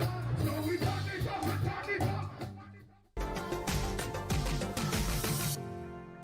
Ghanaian actor Kweku Menu has urged President John Mahama to introduce legislation against online insult targeting national figures. In a video posted on May 26, he condemned what he sees as a rising disrespect on social media, citing attacks on figures like the Asantehene and top businessmen. He proposed a 1-year jail term per insult. His remarks have stirred mixed reactions, with some backing the idea and others warning of free speech concerns in a democratic society. Now to our last but not the least highlight. Janet Jackson made a triumphant return at the American Music Awards, performing live for the first time in 7 years and receiving the prestigious Icon Award. Her electrifying set thrilled fans and underscored her lasting influence on pop and R&B. The award honors her decades of groundbreaking contributions to music, marking a major milestone in her illustrious career and sparking anticipation about her next chapter.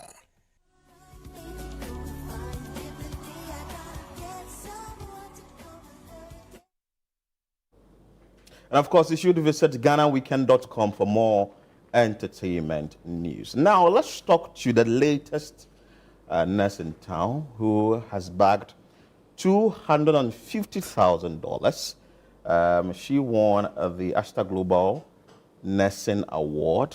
Naomi Oyo Wahini Oti. Good morning, madam.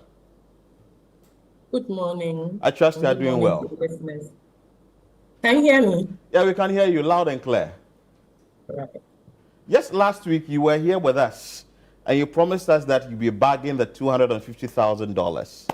Of course, you have taken this amount of money. We'll be coming for our share though. But how do you feel now that you've been crowned the winner of this award scheme?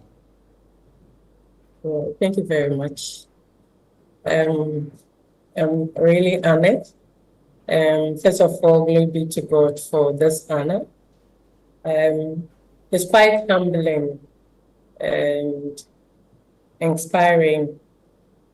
I also say this is a testament to the resilience and the dedication and the potentials of all nurses across Ghana and Africa and the world. I carry their stories, as I always share, their challenges and their triumph. And this also goes to attest the hard work of cancer nurses or oncology nurses who are on team and doing their bit in the under-resourced settings to be able to take care of cancer patients. Right. So what does this award mean to you as an African? Thank you very much. So this is a win for Ghana, it's a win for Africa. It's also pushing us in the limelight as Africans, that the can-do spirit, we also can do it. We are resilient, we are dedicated to our job, and we are doing the best that we can to make our patients feel safe, and also our staff feel safe. And I'm also saying that representation matters. So it's all, as someone would say, it's nursing to the real the whole world. Nursing excellence, what we're doing, pushing it out there. Right. Because in healthcare, usually we are the unseen ones, but we are the heartbeat of healthcare. When nurses get it right, the health system gets it right. Right. So this is also to tell all that matters, our stakeholders, all stakeholders in healthcare, that this is about time they need to invest into nursing. And as they invest into nursing, they are going to reap the benefit thereof. Right. So are there any projects that you're going to be embarking on if you come back or when you come back to Ghana? Thank you very much. So one of the main things is harmonizing training, cancer nursing training across Africa. There are packets of training also, but we don't have standardization. So we've developed, I have led the development of some standards. So we are going to see to the implementation of that. I also would be initiating the establishment of cancer genetic counseling program to help beef up capacity of oncology nurses or cancer nurses in Africa to be able to provide some form of risk assessment for our patients to prevent some cancers. I'm also going to lead the establishment of a training hub, a leadership training hub for cancer nurses to empower them to be able to push them to be at the table. As I said, we are usually the unseen ones in healthcare. But during implementation, we are giving policy to implement, but we are not at the table. So it's very important that we are seen at the table. So I want to bridge the gap between the bedside and to the boardroom. So we want nurses also to be in the boardroom. So we are building capacity in that area. I will also have established some scholarship fund for the empowerment of nursing in terms of upgrading their education, and all those who want to upgrade their education is very, very important to me, because we want to empower nurses as the strategy for WHO strategy for nursing and midwifery is going to be. I want us to invest into nursing to push them there. So it's very important that we build capacity in that level, where when there are leadership roles, there's a need for people who have the very requisite to be able to do that. So we want to build our nurses to that level for them to be able to sit at the table, to be able to take up those leadership roles, which will, at the end of the day, transform into our healthcare. Because it's been said that if you have skillful and competent nurses, they also will translate to health outcomes. Beautiful. Great ideas and a lot of things you want to implement there. But when are you coming back to Ghana? We miss you already. When are you coming back to Ghana? On Thursday. On Thursday. Okay. Thank you so much. We'll be waiting for you at the airport when you come to Ghana. I want to use your medium to thank everyone. First, to thank the organizers, Dr. Azad Mopin and the Asta DM Healthcare for instituting this award to appreciate nurses' input in healthcare. Also, our grand jury, esteemed respected grand jury, for seeing what I've done and nominating me for this award. I also want to thank the Ministry of Health, the Ghana government, the Ministry of Health, the leadership and staff of Kolegu Teaching Hospital, leadership and staff of National Radiotherapy and Nuclear Medicine Center, all nursing and midwifery fraternity, from the classroom, academia, the regulator, and also nursing and midwifery leadership in Ghana, and all across the globe. Nursing and midwifery, and the Church of Pentecost, the leadership, and all members of the Church of Pentecost, Apostle Dr. Nyamiche, the executives, and also sending on to my local assembly, PIWC, Apostle Tony Mensah, and the entire PIWC Atomic. I say thank you very much for your support. All nurses and midwife specialists in Ghana, thank you. The various platforms that I use to be able to push out the voices of African nurses, aortic, ISNCC. The list is on and on and on and on. And on. And Accra's, Accra 93. Yes. Thank you very much. Thank you so much. University. Thank you very much. Thank you so much, and once again, congratulations. College of Nurses and Midwives. Until now, your list is long. Once again, congratulations to you, and we'll catch up with you another time to have more conversation on that. So, ladies and gentlemen, that is Naomi Oyo Ohene Oti, who is an oncologist, who is a specialist at the Kolegu Teaching Hospital, and she has won the prestigious Asta Guardians Global Nursing Award 2025, earning a cash prize of $250,000. What will you use that $250,000 for? Should you get it? We'll talk about that later. What do we have? Birthday message. Yeah, we actually have a birthday message here. Happy birthday, Annabelle. God bless your new age and increase in wisdom. The lines are falling onto you in pleasant places, and Uncle Judge loves you, and have a wonderful birthday. Happy birthday, Annabelle. And we can't forget the birthday of Jifa KD, who is also a co-host on this show. Hopefully next week she's going to be around. Happy birthday to you. And also Emmanuel Anyama of the Citi Newsroom, happy birthday to you. And also Joseph of Channel 1 TV, also happy birthday to you. My name is Philip Ni Latte. And my name is Chris Carter. See you tomorrow.